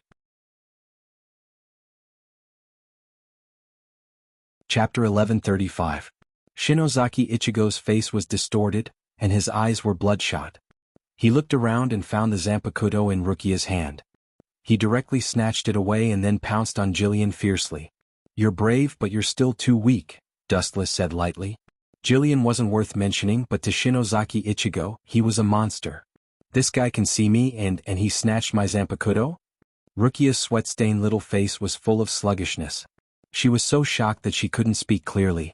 She subconsciously touched her hands, but her hands were empty. She stared blankly at Shinozaki Ichigo, who was hysterically slashing towards Mainaka. "Human, come back." Rukia shouted loudly, and at the same time she used Shuinpa and instantly appeared in front of Shinozaki Ichigo. "Give me back my Zanpakuto." Rukia's face was filled with anger. This human is so bold. She, a Shinigami, was robbed of her Zanpakuto by a mere human. It's simply a shame. "Get out of my way." Shinozaki Ichigo gasped and shouted with red eyes, "She killed my mother, I want revenge." "Stupid." Rukia was stunned when she heard this and she scolded with a straight face, "If I were you I would go and save her, maybe there's still a chance of survival." Although she said that, Rukia was sure that Shinozaki Ichigo's mother was dead. It must be Jillian's faint, and there was no chance of survival.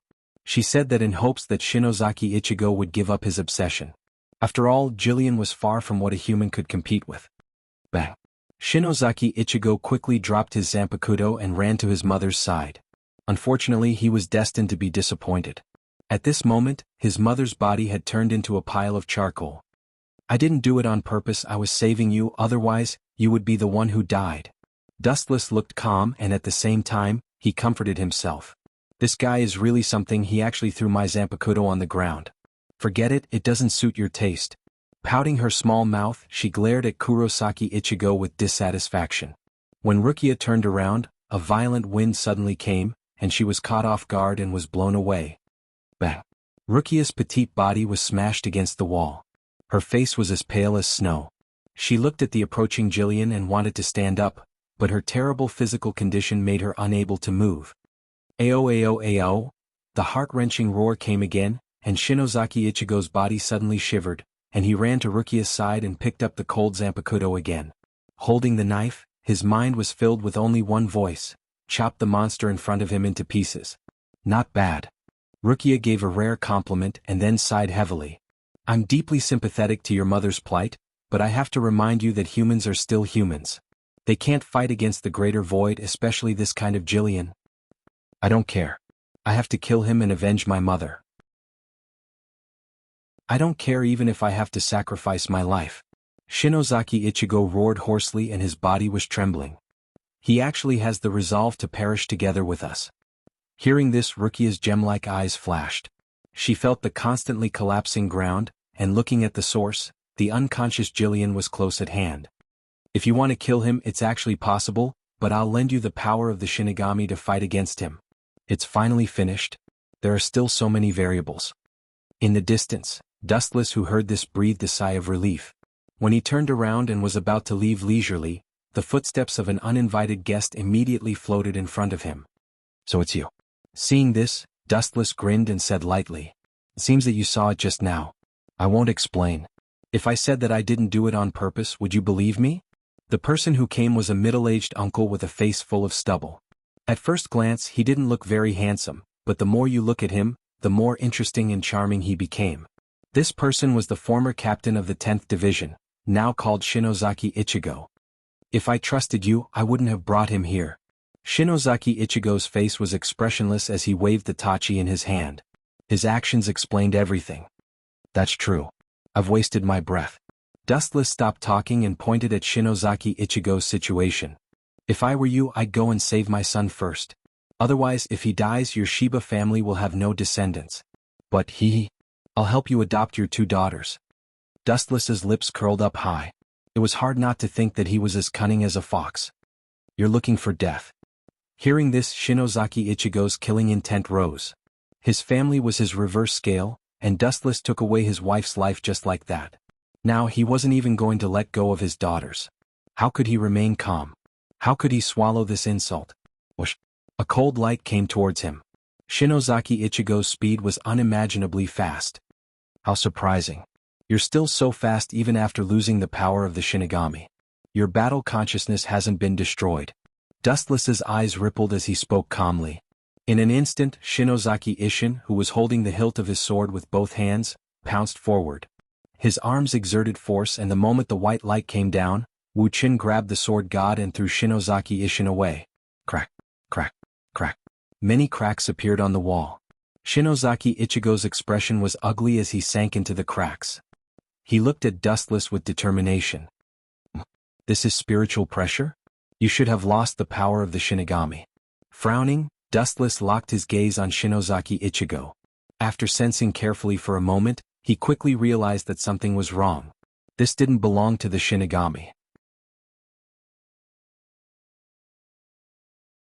Chapter 1136.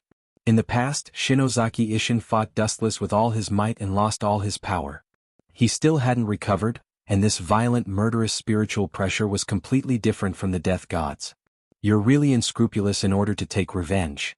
Dustless smiled as he looked at Shinozaki Ishin, who was surrounded by a red light.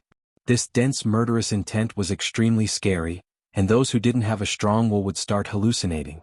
Dustless stared at Ishin, who was being swallowed by the bone mask, and said meaningfully, "You've released the power of the greater void in your body.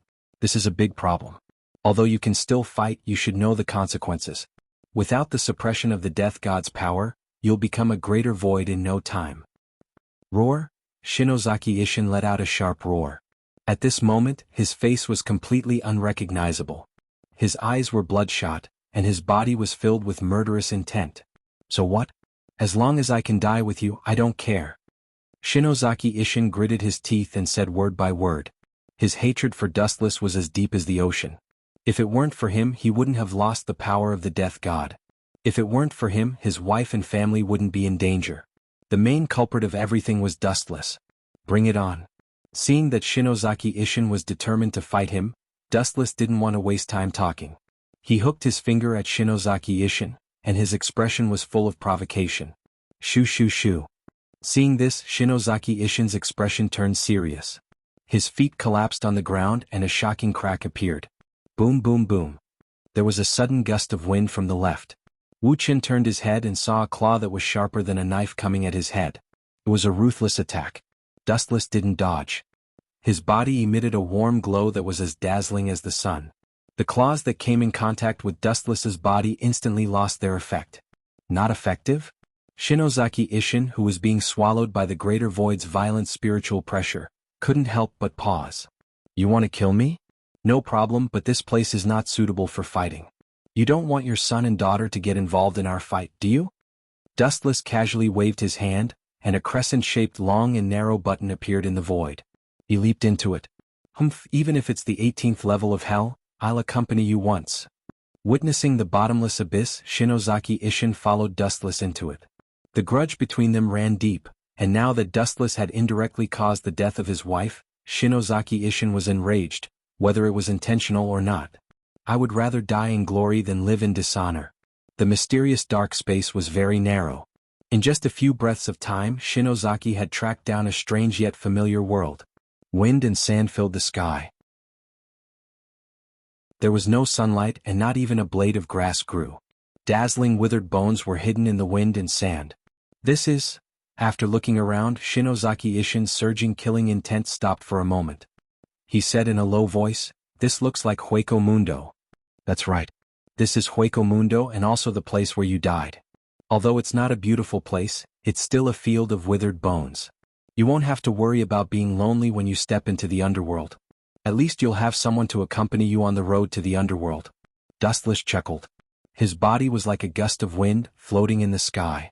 The wind and waves that came from all directions circled around Dustless's body. It was extremely mysterious. Even if I die, I'll drag you down with me. Shinozaki Ishin's face darkened. The spiritual pressure of the great void in his body once again played the prelude to destruction. In the blink of an eye, a huge red energy ball was formed. After he was bitten by white void, it's not surprising that he was affected by the power of the great void. However, it's surprising that he can control the power of the void so skillfully. Whether it's the reverberation spin, just now, or the void flash, now they've all reached the point of perfection. A Grim Reaper who lost the power of the Grim Reaper has mastered the power of the void to the peak. How ironic. Dustless muttered in his heart. At the same time, a translucent wall slowly formed. Binding path number 81, sky shattering. The red light illuminated the entire world. The huge energy ball continued to expand. When the spiritual droplets floating in the void could not withstand the violent void flash and evaporated, Shinozaki Ishin used all his strength to throw out the terrifying void flash. Swish, swish, swish. The void flash disappeared in an instant. Dustless, who had excellent eyesight, could see everything clearly. This was the first time he had seen such an exaggerated void flash. It turned the entire sky red, giving people the illusion that a huge piece of the sky was pressing down on them. Ka. The destructive power shattered the translucent barrier as if it did not exist. It shattered with a single poke and directly pounced on Dustless's face. Boom, boom, boom. The red flame tube exploded with a bang. The sky within a radius of 10 miles shook violently. The entire world seemed to be shaking. It was very frightening. After the explosion, the invisible shockwave was even more powerful. It swept away all the life forms in the Hueco Mundo. The weak great voids were directly shattered into pieces. Where is he? Shinozaki Ishin expanded his spiritual pressure and found Dustless's spiritual pressure. Dustless walked out of the flame and scathed and teased, "Ah, that was really dangerous just now. If it weren't for the fact that I have countless abilities, I might have been torn to pieces by you." Swoosh, swoosh, swoosh. The void trembled and Shinozaki Ishin disappeared without a trace. "Then I'll have to ask you to die now." The void behind Dustless rippled. Shinozaki Ishin, who was holding a sharp ancient sword, flashed and slashed at his head with all his strength. "You can kill me if you want, but at least look up." Dustless pointed at the sky and smiled mysteriously. Shinozaki Ishin was stunned. He instinctively looked at the sky. His eyes were filled with shock and astonishment. What the hell is that? Why are there so many of them?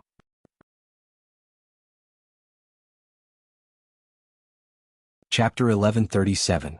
Shinozaki Ishin stared blankly at the mysterious redwood falling from the sky.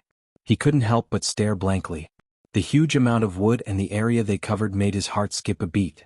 Even his hatred for Dustless had lessened because of these things that appeared out of nowhere. There are so many pieces of wood and they cover the entire sky. How did this guy get them? Shinozaki Ishin's eyes widened. He was so shocked that he even forgot about Dustless in front of him. Suddenly he smelled the scent of death and shuddered. His gaze immediately returned to Dustless. He thought to himself, no matter what, he is the one who cast the spell. As long as I kill this guy, the danger before me will naturally be resolved. Shinozaki Ishin's brain cells spun rapidly.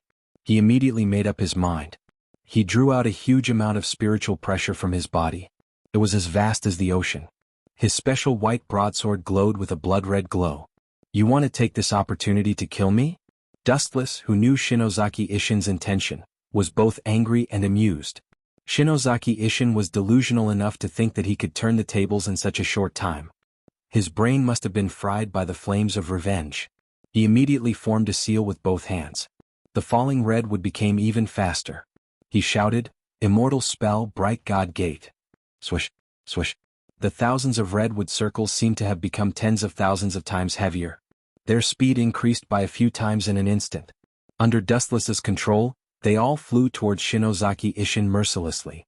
At the same time, Shinozaki Ishin's white broadsword had obviously reached its limit. A blood-red glow could be seen clearly. It gathered and did not dissipate. The red glow was soul-stirring and sharp. Shinozaki Ishin glared at Dustless ferociously. He recalled the hatred he had for all these years. He swung the blood-red glow in his hand and shouted, "Die!" Swish, swish. The red slash was coming towards Shinozaki Ishin with boundless power. The color was as demonic and frightening as human blood. Dustless sized up the incoming slash expressionlessly. He floated in the sky quietly as if nothing existed. His pitch-black eyes were very calm. Just as the slash was about to swallow Dustless, the redwood circles arrived as expected. Bang bang bang. In the nick of time, the red divine wood destroyed it. Wave after wave of attacks directly smashed the slash into pieces. What was most shocking was that the redwood was like an invisible mouth. The slash didn't even explode, and the spiritual pressure was absorbed by it while it was still alive. This gulp. Even with Shinozaki's strong mentality, he could not help but sob. Shock replaced the weathered look on his face. This thing can absorb my spiritual pressure? Shinozaki growled absent-mindedly. His words were filled with astonishment. Looking at his dazed expression, it was as if his worldview had collapsed, and his thoughts were in a mess. You should thank me for taking a fancy to your son. After a long time, ripples spread out in the boundless sky. Dustless's voice gathered beside Shinozaki Ishin's ears and lingered for a long time. After all, he's the most outstanding test subject. His future achievements will far surpass yours. Dustless was very confident, with an expression that said, "You should thank me." Roar, roar, roar. The unique roar of the great void erupted again. Shinozaki Ishin's eyes gradually lost the wisdom that a human should have, replaced by endless killing intent and hatred, as well as many negative emotions. Shinozaki Ishin knew that he did not have much time left. If he did not take care of Dustless quickly, he would fall into the void and completely lose his humanity. Void flash. The red flash swept across, carrying with it Shinozaki Ishin's anger and hatred. The scene was spectacular, and the thick beam of light almost covered the entire sky. You reckless thing. I wanted to let you live a little longer, but you're so untactful. Since you want to die so badly, I'll send you to the netherworld immediately to reunite with your wife. With a cold expression, Dustless's body floated with light and dove toward the incoming beam of light. Has this guy gone mad? Seeing this, Shinozaki Ishin was shocked. Facing Void Flash, Dustless did not dodge. Instead, he charged toward Void Flash head-on. He was simply courting death. However, in the next second, Shinozaki Ishin understood the reason.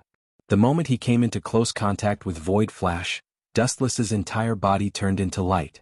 His entire body shone with a bright light, and Void Flash could not attack him at all. In the blink of an eye, he arrived in front of Shinozaki Ishin. His empty right hand glowed, and the outline of a shining sword vaguely appeared. He shouted, "Sky Sword of Clouds."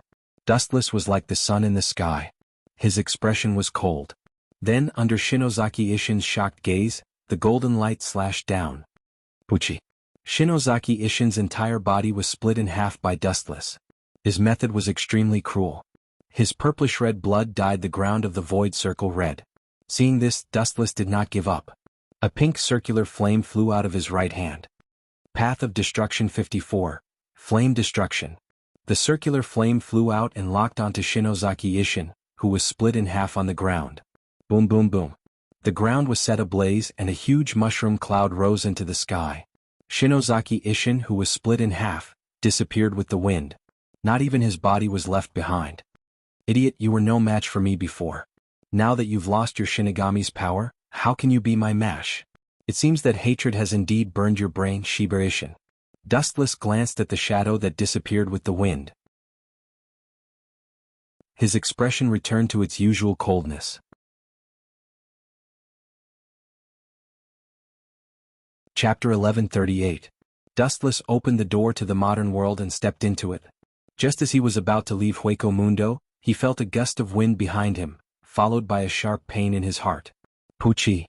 The ice-cold long saber minced Dustless's internal organs, ending his life in an instant. He turned his head around and saw Shinozaki Ishin in perfect condition. You bastard, you should be dead already. Dustless clenched his teeth and stared at Shinozaki Ishin with bloodshot eyes. And, this is... He opened his eyes wide and looked at the katana in his chest. It was obviously not the katana that belonged to Voids. It was a Zanpakuto from head to toe. Impossible, you should have lost the power of the Shinigami. How can you still have a Zanpakuto? Dustless exclaimed. His tone had lost its usual calmness. God's plan is better than man's. I did lose the power of the Shinigami to escape from you. But I also regained another power. Shinozaki Ishin smiled and said, I did lose all my power at that time, but because of the void I regained my power. The power of the Shinigami and the void have both returned. The void? Hearing this, Wu Chen's face sank. His eyes flickered as he said, You mean the void created by Aizen Muzu? The one created with the soul of the Shinigami as the foundation? So it was void white. Dustless understood how Shinozaki Ishin regained the power of the Shinigami. Because void white was able to use the power of the Shinigami, Shinozaki Ishin, who fused with void white, naturally obtained the power of the Shinigami and the Shinigami. I underestimated you. You purposely hid the power of the Shinigami just to bait me? Dustless suddenly understood Shinozaki Ishin's intention. He cursed himself for being careless. That's right. Shinozaki Ishin nodded and said, I fought with you before, so I know how scary you are. That's why I had to find another way to deal with you. So you were faking everything just now? Dustless asked in a hoarse voice. There's nothing I can do about it. The reason is that you're too terrifying. Shinozaki Ishin sneered, and the spiritual pressure that belonged to the Grim Reaper in his body surged again. Thanks to you, I've obtained the power of the Grim Reaper and the Void, which is commonly known as the Mask. I've also been fortunate enough to obtain the ability of enhanced regeneration. I underestimated you. Lowering his head, Wu Chen confessed to this without hiding anything. Of course. Don't think that you can kill a former captain so easily. Shinozaki Ishin's spiritual pressure rose rapidly, and his entire body was filled with a scorching aura. He roared, Don't think that this is the end. Buzz buzz buzz. As soon as Shinozaki Ishin finished speaking, the ground began to tremble, and a giant blade-shaped flame appeared on the ground. 96 of the Tao of Destruction, 1 blade cremation. The gigantic blade-shaped flame pulverized the soft sand. An unprecedentedly gigantic blade of light instantly rose from the ground. Sensing the terrifying temperature that could even melt the sky, Shinozaki decisively pulled out his blade and retreated. Boom boom boom. The flaming blade exploded, evaporating the remaining spiritual droplets in the air. An incomparably thick pillar of fire rose from the ground into the air. It was a shocking distance of a few hundred meters. This should be the end. Seeing this, Shinozaki Ishin heaved a sigh of relief. Sensing the disappearance of Dustless's spiritual pressure, he smiled in relief. His long-cherished wish of many years had been fulfilled. The shackles that bound his body also disappeared, and his body felt exceptionally light. What is that? A blinding golden light suddenly swept across the sky, so bright that Shinozaki Ishin could not open his eyes. Within the flames, a gigantic figure appeared. The golden figure was as majestic as a mountain peak, reaching straight into the clouds. It was covered in heavy armor that looked ancient. The 2 golden katanas on its waist were dozens of meters long, and it sent chills down one's spine. Especially the ferocious Tengu armor, it made one shudder in fear. What the hell is this?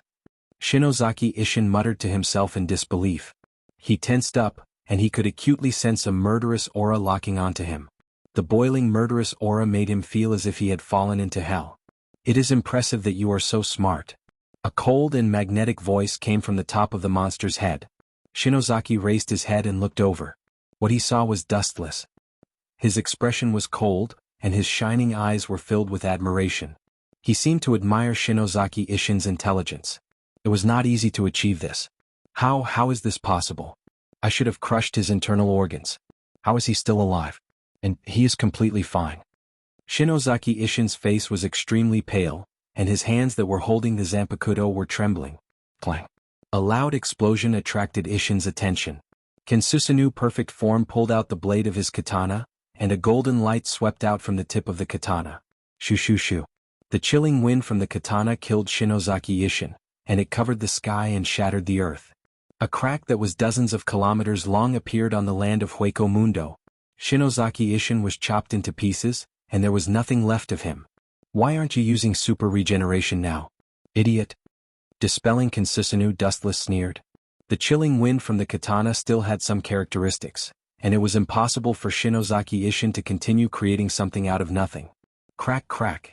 Dustless opened his mouth again, and just as he was about to leave, the sky distorted, and an unexpected figure appeared. It's you, what's the matter? Dustless asked coldly, and his face was filled with confusion. After living in the modern world for a few years, he had a lot of interactions with the person in front of him, and they were in a relationship where they used each other.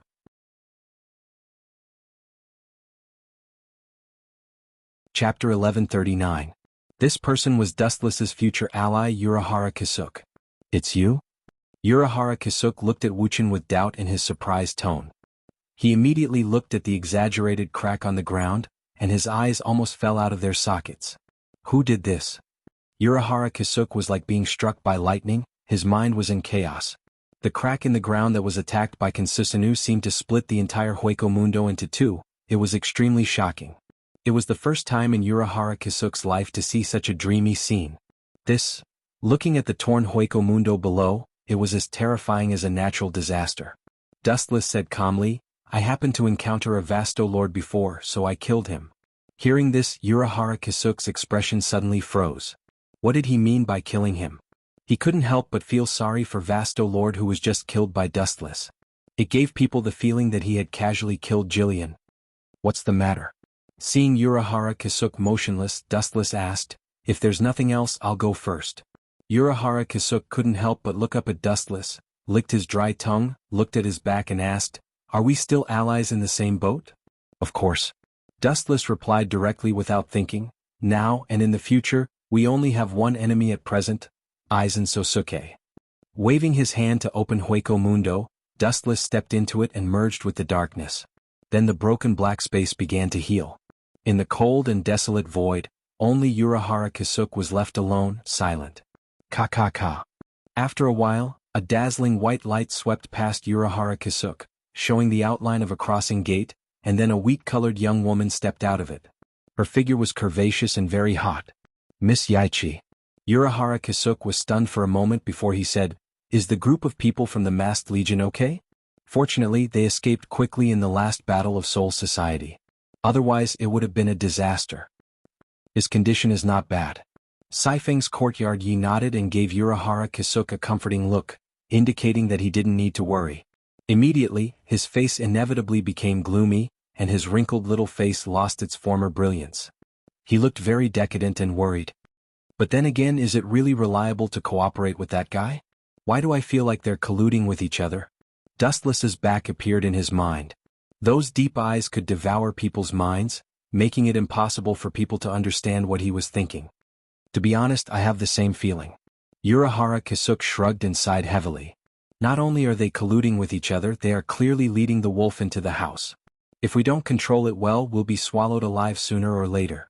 After hearing Ye's question, Urahara Kisuk said, but even if we're walking on a tightrope on the cliff, we can only brace ourselves. If we go against that guy, we'll be annihilated in an instant. After that, Urahara Kisuk looked down at the Hueco Mundo destroyed by Kensusunu's perfect form and didn't speak for a long time. We can only take one step at a time, I hope we're right. Saifeng's courtyard Yi was also very melancholy. They wanted to resist Dustless, but their confidence was shattered by the tens of kilometers long crack on the ground. If they resist Aizen Sosuke, even if they're not his opponent, they still have a way to retreat. But if they resist Dustless, they'll be annihilated on the spot. They have no choice but to follow Dustless to the end. But at least we're safe for the time being. As that guy said, our current enemy is the same, and that's Aizen Sosuke. After a while, Urahara Kisuke breathed a sigh of relief. The enemy of my enemy is my friend. This is also a blessing in disguise. Looks like it's done. In the modern world, Dustless wandered around the vicinity of Shinozaki Ichigo's house, searching for traces of the Great Void. The spiritual pressure of Jillian that he released previously had already disappeared with the wind, and there was still a lot of dust on the ground. How cruel. He actually cut Jillian into 8 pieces. Dustless's sharp eyes immediately understood that this was Kurosaki Ichigo's doing. His gaze fell on the head of the boy in the rain. The rain from the sky drenched Kurosaki Ichigo's clothes. At this moment he was expressionless and the whole world was looking at him coldly. He was very disappointed. Shinozaki Ichigo was wearing the Death Tyrant suit and stood alone in the world of rain. There were still blood stains on his zanpakuto. Seeing this, Dustless's cold heart remained unmoved. Perhaps he had become immune after doing so many bad things, and human emotions were gradually drifting away from him. Next, it's your turn, Rukia. Taking a deep look at Rukia, who fainted due to excessive fatigue, Dustless turned around and left. The next step is to continue to persuade Aizen Sosuke to send people to capture Rukia, and then take the opportunity to lure Shinozaki Ichigo into Soul Society. Returning to the villa he robbed, Dustless first took a bath, then went to bed and slept. Soon he would take the opportunity to sneak into Soul Society and take advantage of the chaos caused by Kurosaki Ichigo's invasion of Soul Society. He would use the star badge he stole from Jugram to sneak into the first team and steal the Bankai of the captain.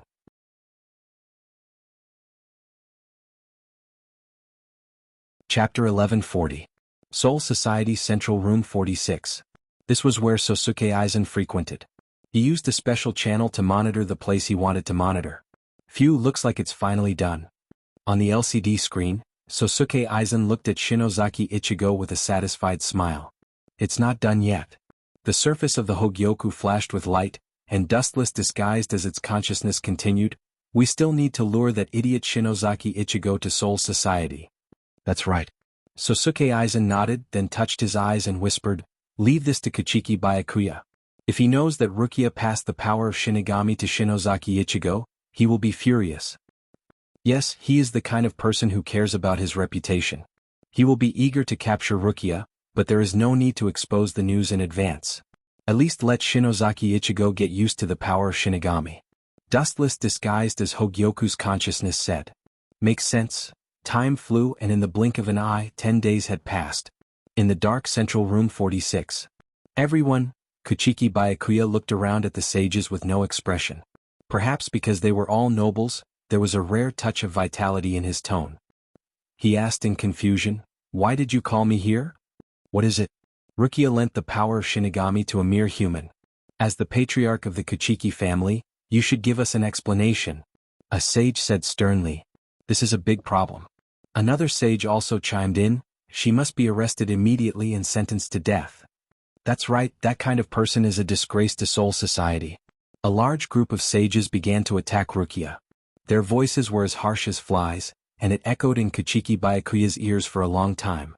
Does anyone have any evidence? Shimubaya asked calmly as a strange glint flashed across his eyes. Of course. On the huge square crystal screen, the scene of Rukia inserting the Zanpakuto into Shinozaki Ichigo's body flashed, and all the power of Shinigami was transferred. Kurosaki Ichigo also transformed and carried a huge Zanpakuto. No problem, I will go and capture him. I will definitely give everyone an explanation. The dignity of Soul Society will not be trampled on by a human. Shimubaya said coldly, his tone decisive, his cold eyes devoid of any human emotions. Goodbye. As soon as he finished speaking, Shimubaya also disappeared without a trace and retreated outside of Central Room 46. Without a doubt, Central Room 46 was wiped out many years ago. Naturally, it was Sosuke Aizen who secretly controlled it. This self-righteous idiot.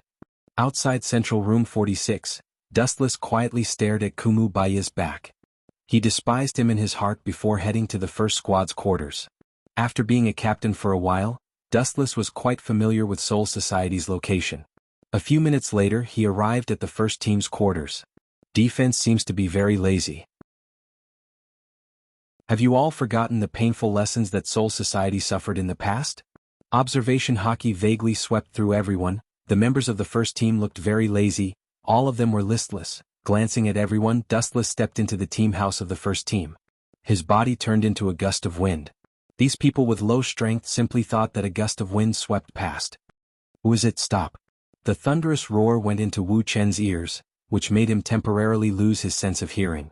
His ears were buzzing. Who are you? You dare to break into the first squad? You have guts. About 10 feet ahead, a white-haired Shinigami in black blocked Dustless's path. Looking closely, this person was the deputy captain of the first squad, the Shinigami who had accompanied Yamamoto for thousands of years, Head Sparrow Jiro. Who is this guy? I seem to have seen him before. Head Sparrow Jiro muttered in his heart while pulling out his Zanpakuto. Dustless was wearing a silver mask, so he couldn't distinguish his appearance, but he always felt that the outline of his figure was familiar. At the same time, the Shinigami around also heard the news and surrounded Dustless. A large group of people came to die. Red light shot out of his eyes and the people who were swept by it were creepy. Dustless's eyes stared and a sharp wave of deterrence broke out of his body. The Shinigami who were affected all fell to the ground, foaming at the mouth, losing consciousness, and were stunned by Haushakuhaki. What the hell is this trick? He killed so many Shinigami without moving. Looking around, Head Sparrow Jiro was surprised to find that he was the only one left. The other Shinigami were killed in an instant, and he was the most conspicuous among them. Worthy of being the Shinigami who has followed the head captain for thousands of years. Seeing that Head Sparrow Jiro was not put down, Dustless gave him a look of admiration, and immediately rushed to Head Sparrow Jiro's side in an instant. Pucci. Even if he realized Dustless's attack for the first time, Head Sparrow Jiro pulled out his sword to resist, and a fatal wound appeared on his chest, and he was instantly killed. Your reaction is good, but your speed is still too slow. Glancing at Head Sparrow Jiro indifferently, Dustless stepped over his body. Chapter 1141. Even though Jiro was a vice captain, he had followed Yamamoto for nearly 1,000 years, and he was also a rare genius. It took him only 30 days to learn the Bankai, which showed his extraordinary talent. But these were all just fancy for Dustless. The difference between them was too big. Huh. You didn't die. You are really tenacious. In fact, you can avoid the disaster by lying down quietly. Suddenly feeling that his right foot was caught, Dustless turned his head and happened to see Jiro, who looked pale but refused to give up.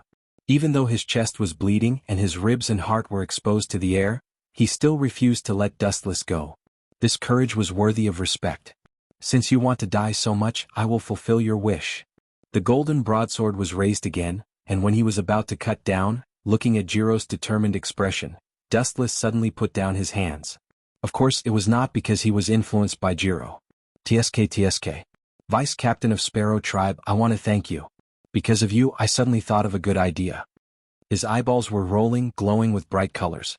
What are you going to do? Being stared at by Dustless's shining eyes, Jiro was also a man who had lived for thousands of years. Seeing Dustless's cunning eyes, he smelled a strong sense of crisis. Suddenly he felt that it would be better if he died. What am I going to do? You will know soon.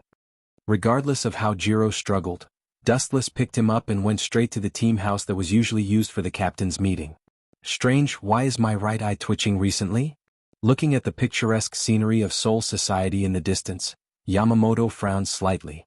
His body, which was leaning on a crutch, looked particularly old under the sunset. Whoosh whoosh whoosh. A burst of wind came at a fast speed. Yamamoto's puzzled expression suddenly disappeared, and his eyes were filled with murderous intent. How dare you break into the first team? Who are you? Yamamoto said sternly. Combined with the scars all over his head, he was extremely imposing. Sparrow Tribe. Staring at the figure in the mysterious man's right arm, Head Captain Yamamoto's eyes almost popped out of his sockets. He almost roared, "Put down the person in your hand before you completely anger me." The veins on Yamamoto's forehead bulged as he shouted in a low voice, trying his best to conceal the flames in his heart that could burn the sky. Boom boom boom. The blazing flames roared, and the temperature of the entire 1st Division's quarters rose by several hundred times. However, they did not dare to approach Dustless, or rather they did not dare to approach Minister Jiro. The flowing fire edge didn't differentiate between friend and foe. Yamamoto is already old. I'm afraid that when he suppressed me, he might not have been able to exert the full power of Ryujin Jaka. If it were me with my attainments, I would definitely not be worse than him. Dustless's heart almost jumped out of his chest as he looked at Lujin Jikuhuo with fiery eyes. He looked forward to seeing Lujin Jikuhuo. With Lujin Jikuhuo, his combat power would definitely increase exponentially. Apart from Spirit King Yamamoto's Lujin Jikuhuo was the only thing that could make Dustless interested. The Star Badge of Annihilation. It seems that only when the Death God uses Bankai can it be taken away. Head Captain Yamamoto will definitely not use Bankai so easily. The temperature of Zenka no Tachi will slowly evaporate the water in Soul Society until Soul Society collapses. Dustless frowned as he thought in his heart. That's right. A cunning glint flashed across Wu Chen's eyes. The masked Wu Chen sneered and said, "Immediately release Wu Chen who was suppressed more than 10 years ago. Otherwise I will kill Chief K. Jiro right now." This sentence made Minister Jiro's blood come back to life, and he hurriedly said to the head captain, "Head captain, you must not let that big devil go. Otherwise the consequences will be unimaginable. He alone can fight against the entire Death God." Except for Urahara Kisuk and Yi, everyone in Soul Society still thought that Dustless was still imprisoned in Avicii Hell. Impossible. Without even thinking about it, Head Captain Yamamoto directly rejected this absurd proposal. Soul Society spent a lot of effort to capture him, don't even think about letting him go. Is that so? Hearing this, Dustless smiled indifferently. "I will only give you 30 seconds. If you don't let him go, the head of the vice captain of Sparrow will be removed." After that, Dustless indifferently raised his Zanpakuto and placed it on Minister Jiro's head. This old man will definitely not compromise, so he will only save Jiro at all costs. At such a short distance I have to kill him in one blow. Otherwise Jiro will be the one to die. This old man will most likely be forced to perform decapitation. Only in this way can he kill me with one blow. Dustless sneered in his heart, and slowly took out the star badge that belonged to Quincy. Once Head Captain Yamamoto dared to use Bankai, he will take the opportunity to seize Ryujin Jaka. Sparrow Tribe has followed me for thousands of years, I must not watch him fall indifferently. Head Captain Yamamoto was also struggling in his heart, and his hands holding his Zanpakuto were sweating. After a while, Dustless raised his Zanpakuto and pointed it at Minister Jiro's head, and said indifferently, 30 seconds is up, since you don't agree then he will die. Wait. The head captain suddenly said, "I agree to your conditions, I am willing to release Dustless." Hearing this, Dustless couldn't help but stagnate and said in a daze, "He actually agreed." Taking advantage of Dustless's sluggish state, a fiery red shadow instantly swept in front of him, and a blazing flame rushed towards him. This cunning old man. Seeing this, Dustless's pupils suddenly shrank, and immediately understood that this was old man Yamamoto's stalling tactic, waiting for him to reveal a flaw and choose to attack. Bankai Remnant Flame Tachi.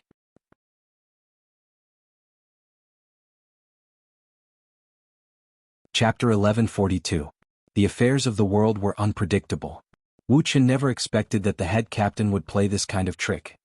His face changed greatly, and he hurriedly took out the star badge in his hand. However, the sharp edge of Zenka no Tachi mercilessly cut through Wu Chen's body. The star badge in his hand strangely fell to the ground after a fiery red halo. Zenka no Tachi, East, Rising Sun Blade. The wind of the burning sword cut through Dustless's body, and his whole body directly evaporated. The huge person disappeared into thin air. It was not that Dustless used some kind of ninjutsu to hide, but that the temperature of Zenka no Tachi was too hot. Clang. The white star badge fell to the ground, making a crisp sound. It was different from before, now it was dark red. What is that thing? Looking at the mysterious star badge, Yamamoto frowned and was surprised to find that the aura of the star badge was very similar to his Ryujin Jaka. Head captain, it's my fault that I was caught by that guy. Otherwise you wouldn't be in danger. Jiro's face was full of shame. He didn't dare to look at Yamamoto. Get up, Sparrow Tribe. Hearing this, Yamamoto helped him up and said, "The guy with the mask is very strong and despicable. It's normal that you can't beat him. The vice captain of the Sparrow Tribe can't beat me. Do you think you can beat me? You are too ignorant and naive, Yamamoto." Dustless, who was killed, once again appeared out of thin air and looked at the red star badge on the ground. He quickly picked it up and was very excited. Is there something wrong with this guy's head? What's there to be happy about with a broken badge? Jiro muttered in confusion, thinking that Wu Chen had been beaten silly by Yamamoto. Humph, without the Sparrow Tribe, you can't threaten this old man. I will kill you again. Yamamoto said confidently. His tone was very calm. In front of his Zanka no Tachi, all the enemies were very fragile. No one could ignore the nightmare of Zanka no Tachi. Really? Dustless's face was full of ridicule.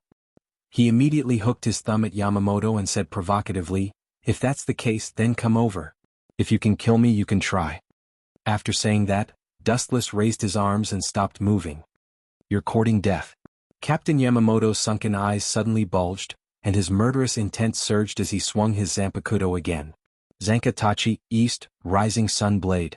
Mobilizing all the Ryatsu in his body, Yamamoto swung his Zanpakuto. He thought that Dustless would be crushed on the spot, but Zanpakuto didn't react at all. How is this possible? Zanka no Tachi is useless? Looking at the Zanpakuto in his hand in disbelief, Yamamoto was dumbfounded for a while, his turbid pupils dilated several times, and his mind was in chaos. Could it be? His eyes narrowed as he stared at the strange star badge in Dustless's hand. Zanka no Tachi didn't listen to him, but the star badge in Dustless's hand was still shining. It was very similar to the aura of Zanka no Tachi, as if it was sealed in it. This was definitely not as simple as a coincidence. You killed me once just now, so I'll accept Zanka no Tachi as a gift. As for your lives, an old man who has lost his Bankai, I really can't bring myself to kill him. Hearing Wu Chen's words, Yamamoto and Jiro felt as if they had fallen into an ice cave, especially Yamamoto, who asked with a pale face, "You took away my Bankai? You are the one who took it away? That's absolutely impossible." "Really? It seems that you don't believe it. That's good, I also want to test the power of Zanka no Tachi." Hearing this, Dustless's face flashed a strange smile, and then under the surprised gaze of Yamamoto and Yamamoto, Ryatsu erupted from his body as hot as Yamamoto's. All things in the world turned to ashes. Ryujin Jaka. After the release of Zanpakuto, Dustless's body immediately erupted with a large number of flames, and the team behind him was suddenly burned to ashes. The terrifying high temperature turned everything into ashes, just like his liberation language. "You bastard." Seeing this, Yamamoto's old face turned green, and suddenly a flash of light flashed in his mind. Remembering Dustless's strange behavior before, his face was pale as he said, "You deliberately asked me to release Captain Dustless, who was imprisoned in the past. In fact, you want to force me to release Bankai? It seems that you are not confused, that is indeed the case." Under the mask, Wu Chen was immensely proud. Now that he had obtained Ryujin Jaka, his mood was unusually happy.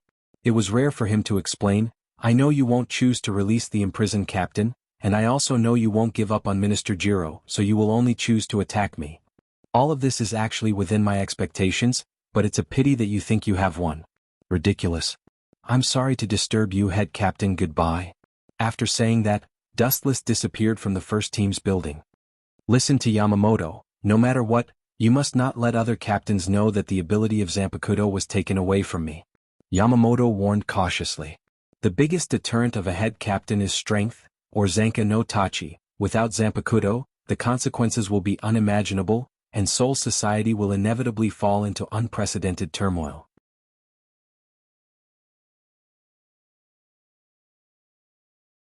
Chapter 1143. After leaving the 1st Division, Dustless went straight to the 4th Division.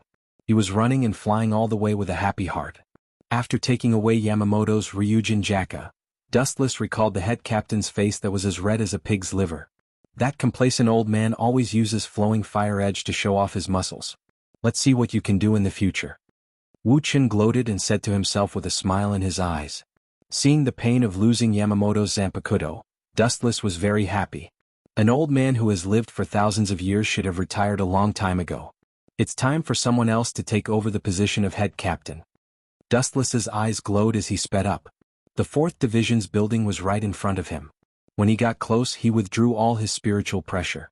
After all, he was still a prisoner of Soul Society. If he walked around openly, he would definitely attract endless trouble. It wasn't his first time coming to the 4th Division. When Dustless was still the 4th Division's vice-captain, he could see the entire 4th Division with his eyes closed. In a few seconds he arrived at Anohana's captain's office. TSK. So serious. Inside Anohana's captain's office, she was currently reading through many documents with a serene expression. Her expression was extremely serious and even meticulous. It was the complete opposite of her usual gentle self. Whoosh whoosh whoosh. A shadow flashed through the air as Dustless entered through the window. While Unohana was still in a daze, he hugged her tightly from behind. "It's you?" Unohana turned her head in surprise as her eyes widened. Unohana grumbled, "You left for a few years without any news. I heard that you have a few lovers in the modern realm. They're living a carefree life." Hearing this, Dustless's expression turned awkward. Unohana's words made his stomach churn. He immediately promised, "Ray, my heart is comparable to the sun and the moon. My feelings for you will never change." Women were meant to be coaxed. Although this kind of promise was very common, its effect was astonishing. Even if they knew that it was a lie, they would still be in a good mood. Sweet talker. Unohua rolled her eyes and asked straightforwardly, "Coming to Soul Society for no reason. What kind of chore do you want me to do? Why would I give you such a hard job? I'm not a jinx."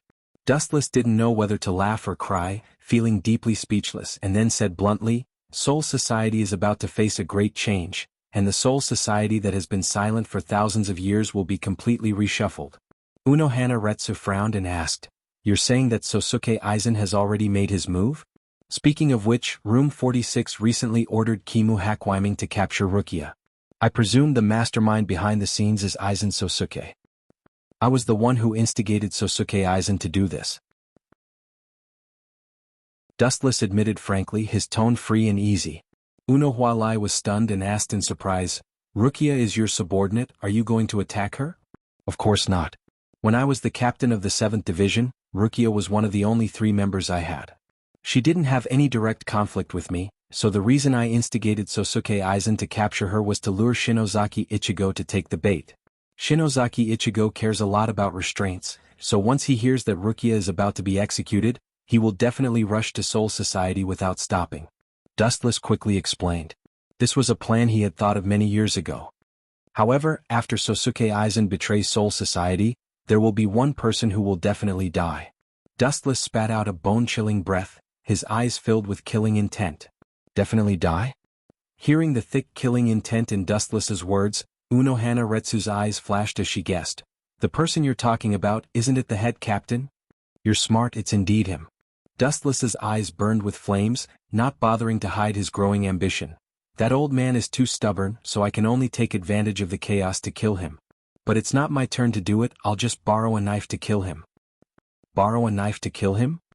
Hearing this, Unohana Retsu thought of the head captain's strength and couldn't help but ask curiously, "Just whose knife?" Soul Society doesn't have a direct confrontation with the head captain. Doesn't exist? That was in the past, but times have changed. That old man is already nearing the end of his days. Dustless chuckled in high spirits. Taking out the crimson flame star badge, the scorching temperature immediately attracted Unohana Retsu's attention. Could this be Ryujin Jaka? Swallowing her breath with difficulty, Unohana Retsu muttered in shock. After confirming it carefully, "It can't be wrong, this is definitely Ryujin Jaka. How did it end up in your hands?" Unohana Retsu's eyes locked onto Dustless as if she had seen a ghost, unable to shift her gaze away. "Do you really want to know?" Dustless looked at Unohana Retsu's face full of hope as if she wanted to know and said with an evil grin, "If I remember correctly, Yong-in and the others have all gone for a routine checkup. Do you think we should take advantage of this rare opportunity to do something meaningful?" Something meaningful? Unohana Retsu clearly did not understand what he meant. Her nose wrinkled, and just as she was about to ask, she saw the evil grin on Dustless's face and immediately understood what he meant. "This is the captain's office." Unohana Retsu pouted unhappily, her face turning red. "That's true, it is indeed a little inappropriate. How about I go to the bushes outside the window? There are fewer people there and the environment is more elegant. No one will disturb me, and the most important thing is the ventilation," Dustless said with an evil grin. Seeing this, Unohana Retsu gave up and could only whisper into Dustless's ear, "Hurry up, Yong-in and the others will be back in an hour." Dustless was overjoyed and pounced on Unohana Retsu, skillfully undressing her. What followed was a long and drawn-out hand-to-hand battle. Chapter 1144. On the bed, Unohana Lai was sweating profusely. Her eyes were blank and empty as if her soul had been sucked away. Her limbs were weak and it was difficult for her to even move. Her entire body was soft and sluggish. Turning her head with great difficulty, Unohua looked at Dustless, who was enjoying his tea on the sofa. She couldn't help but scold, "You said half an hour before." Now that you've messed around, you've increased the time by 5 to 6 times. Unohana Lai forced herself to stand up, but intense pain came from her lower body. She had no choice but to lie down again. Smelling the rotting smell in the air, she felt awkward and gloomy. Her face was so red that it was burning. I couldn't help it. You know how difficult it is for the beast in your heart to settle things. Dustless shrugged as if it had nothing to do with him. He then flattered, if you want to blame someone, you can only blame yourself. How could you let go of such a great opportunity? Earlier, Toru and Yong-in had come, but they were blocked by Dustless's enchantment. After shamelessly doing it for a few hours, Dustless finally stopped. Unohana Lai was also in this state. What do you plan to do after killing the captain?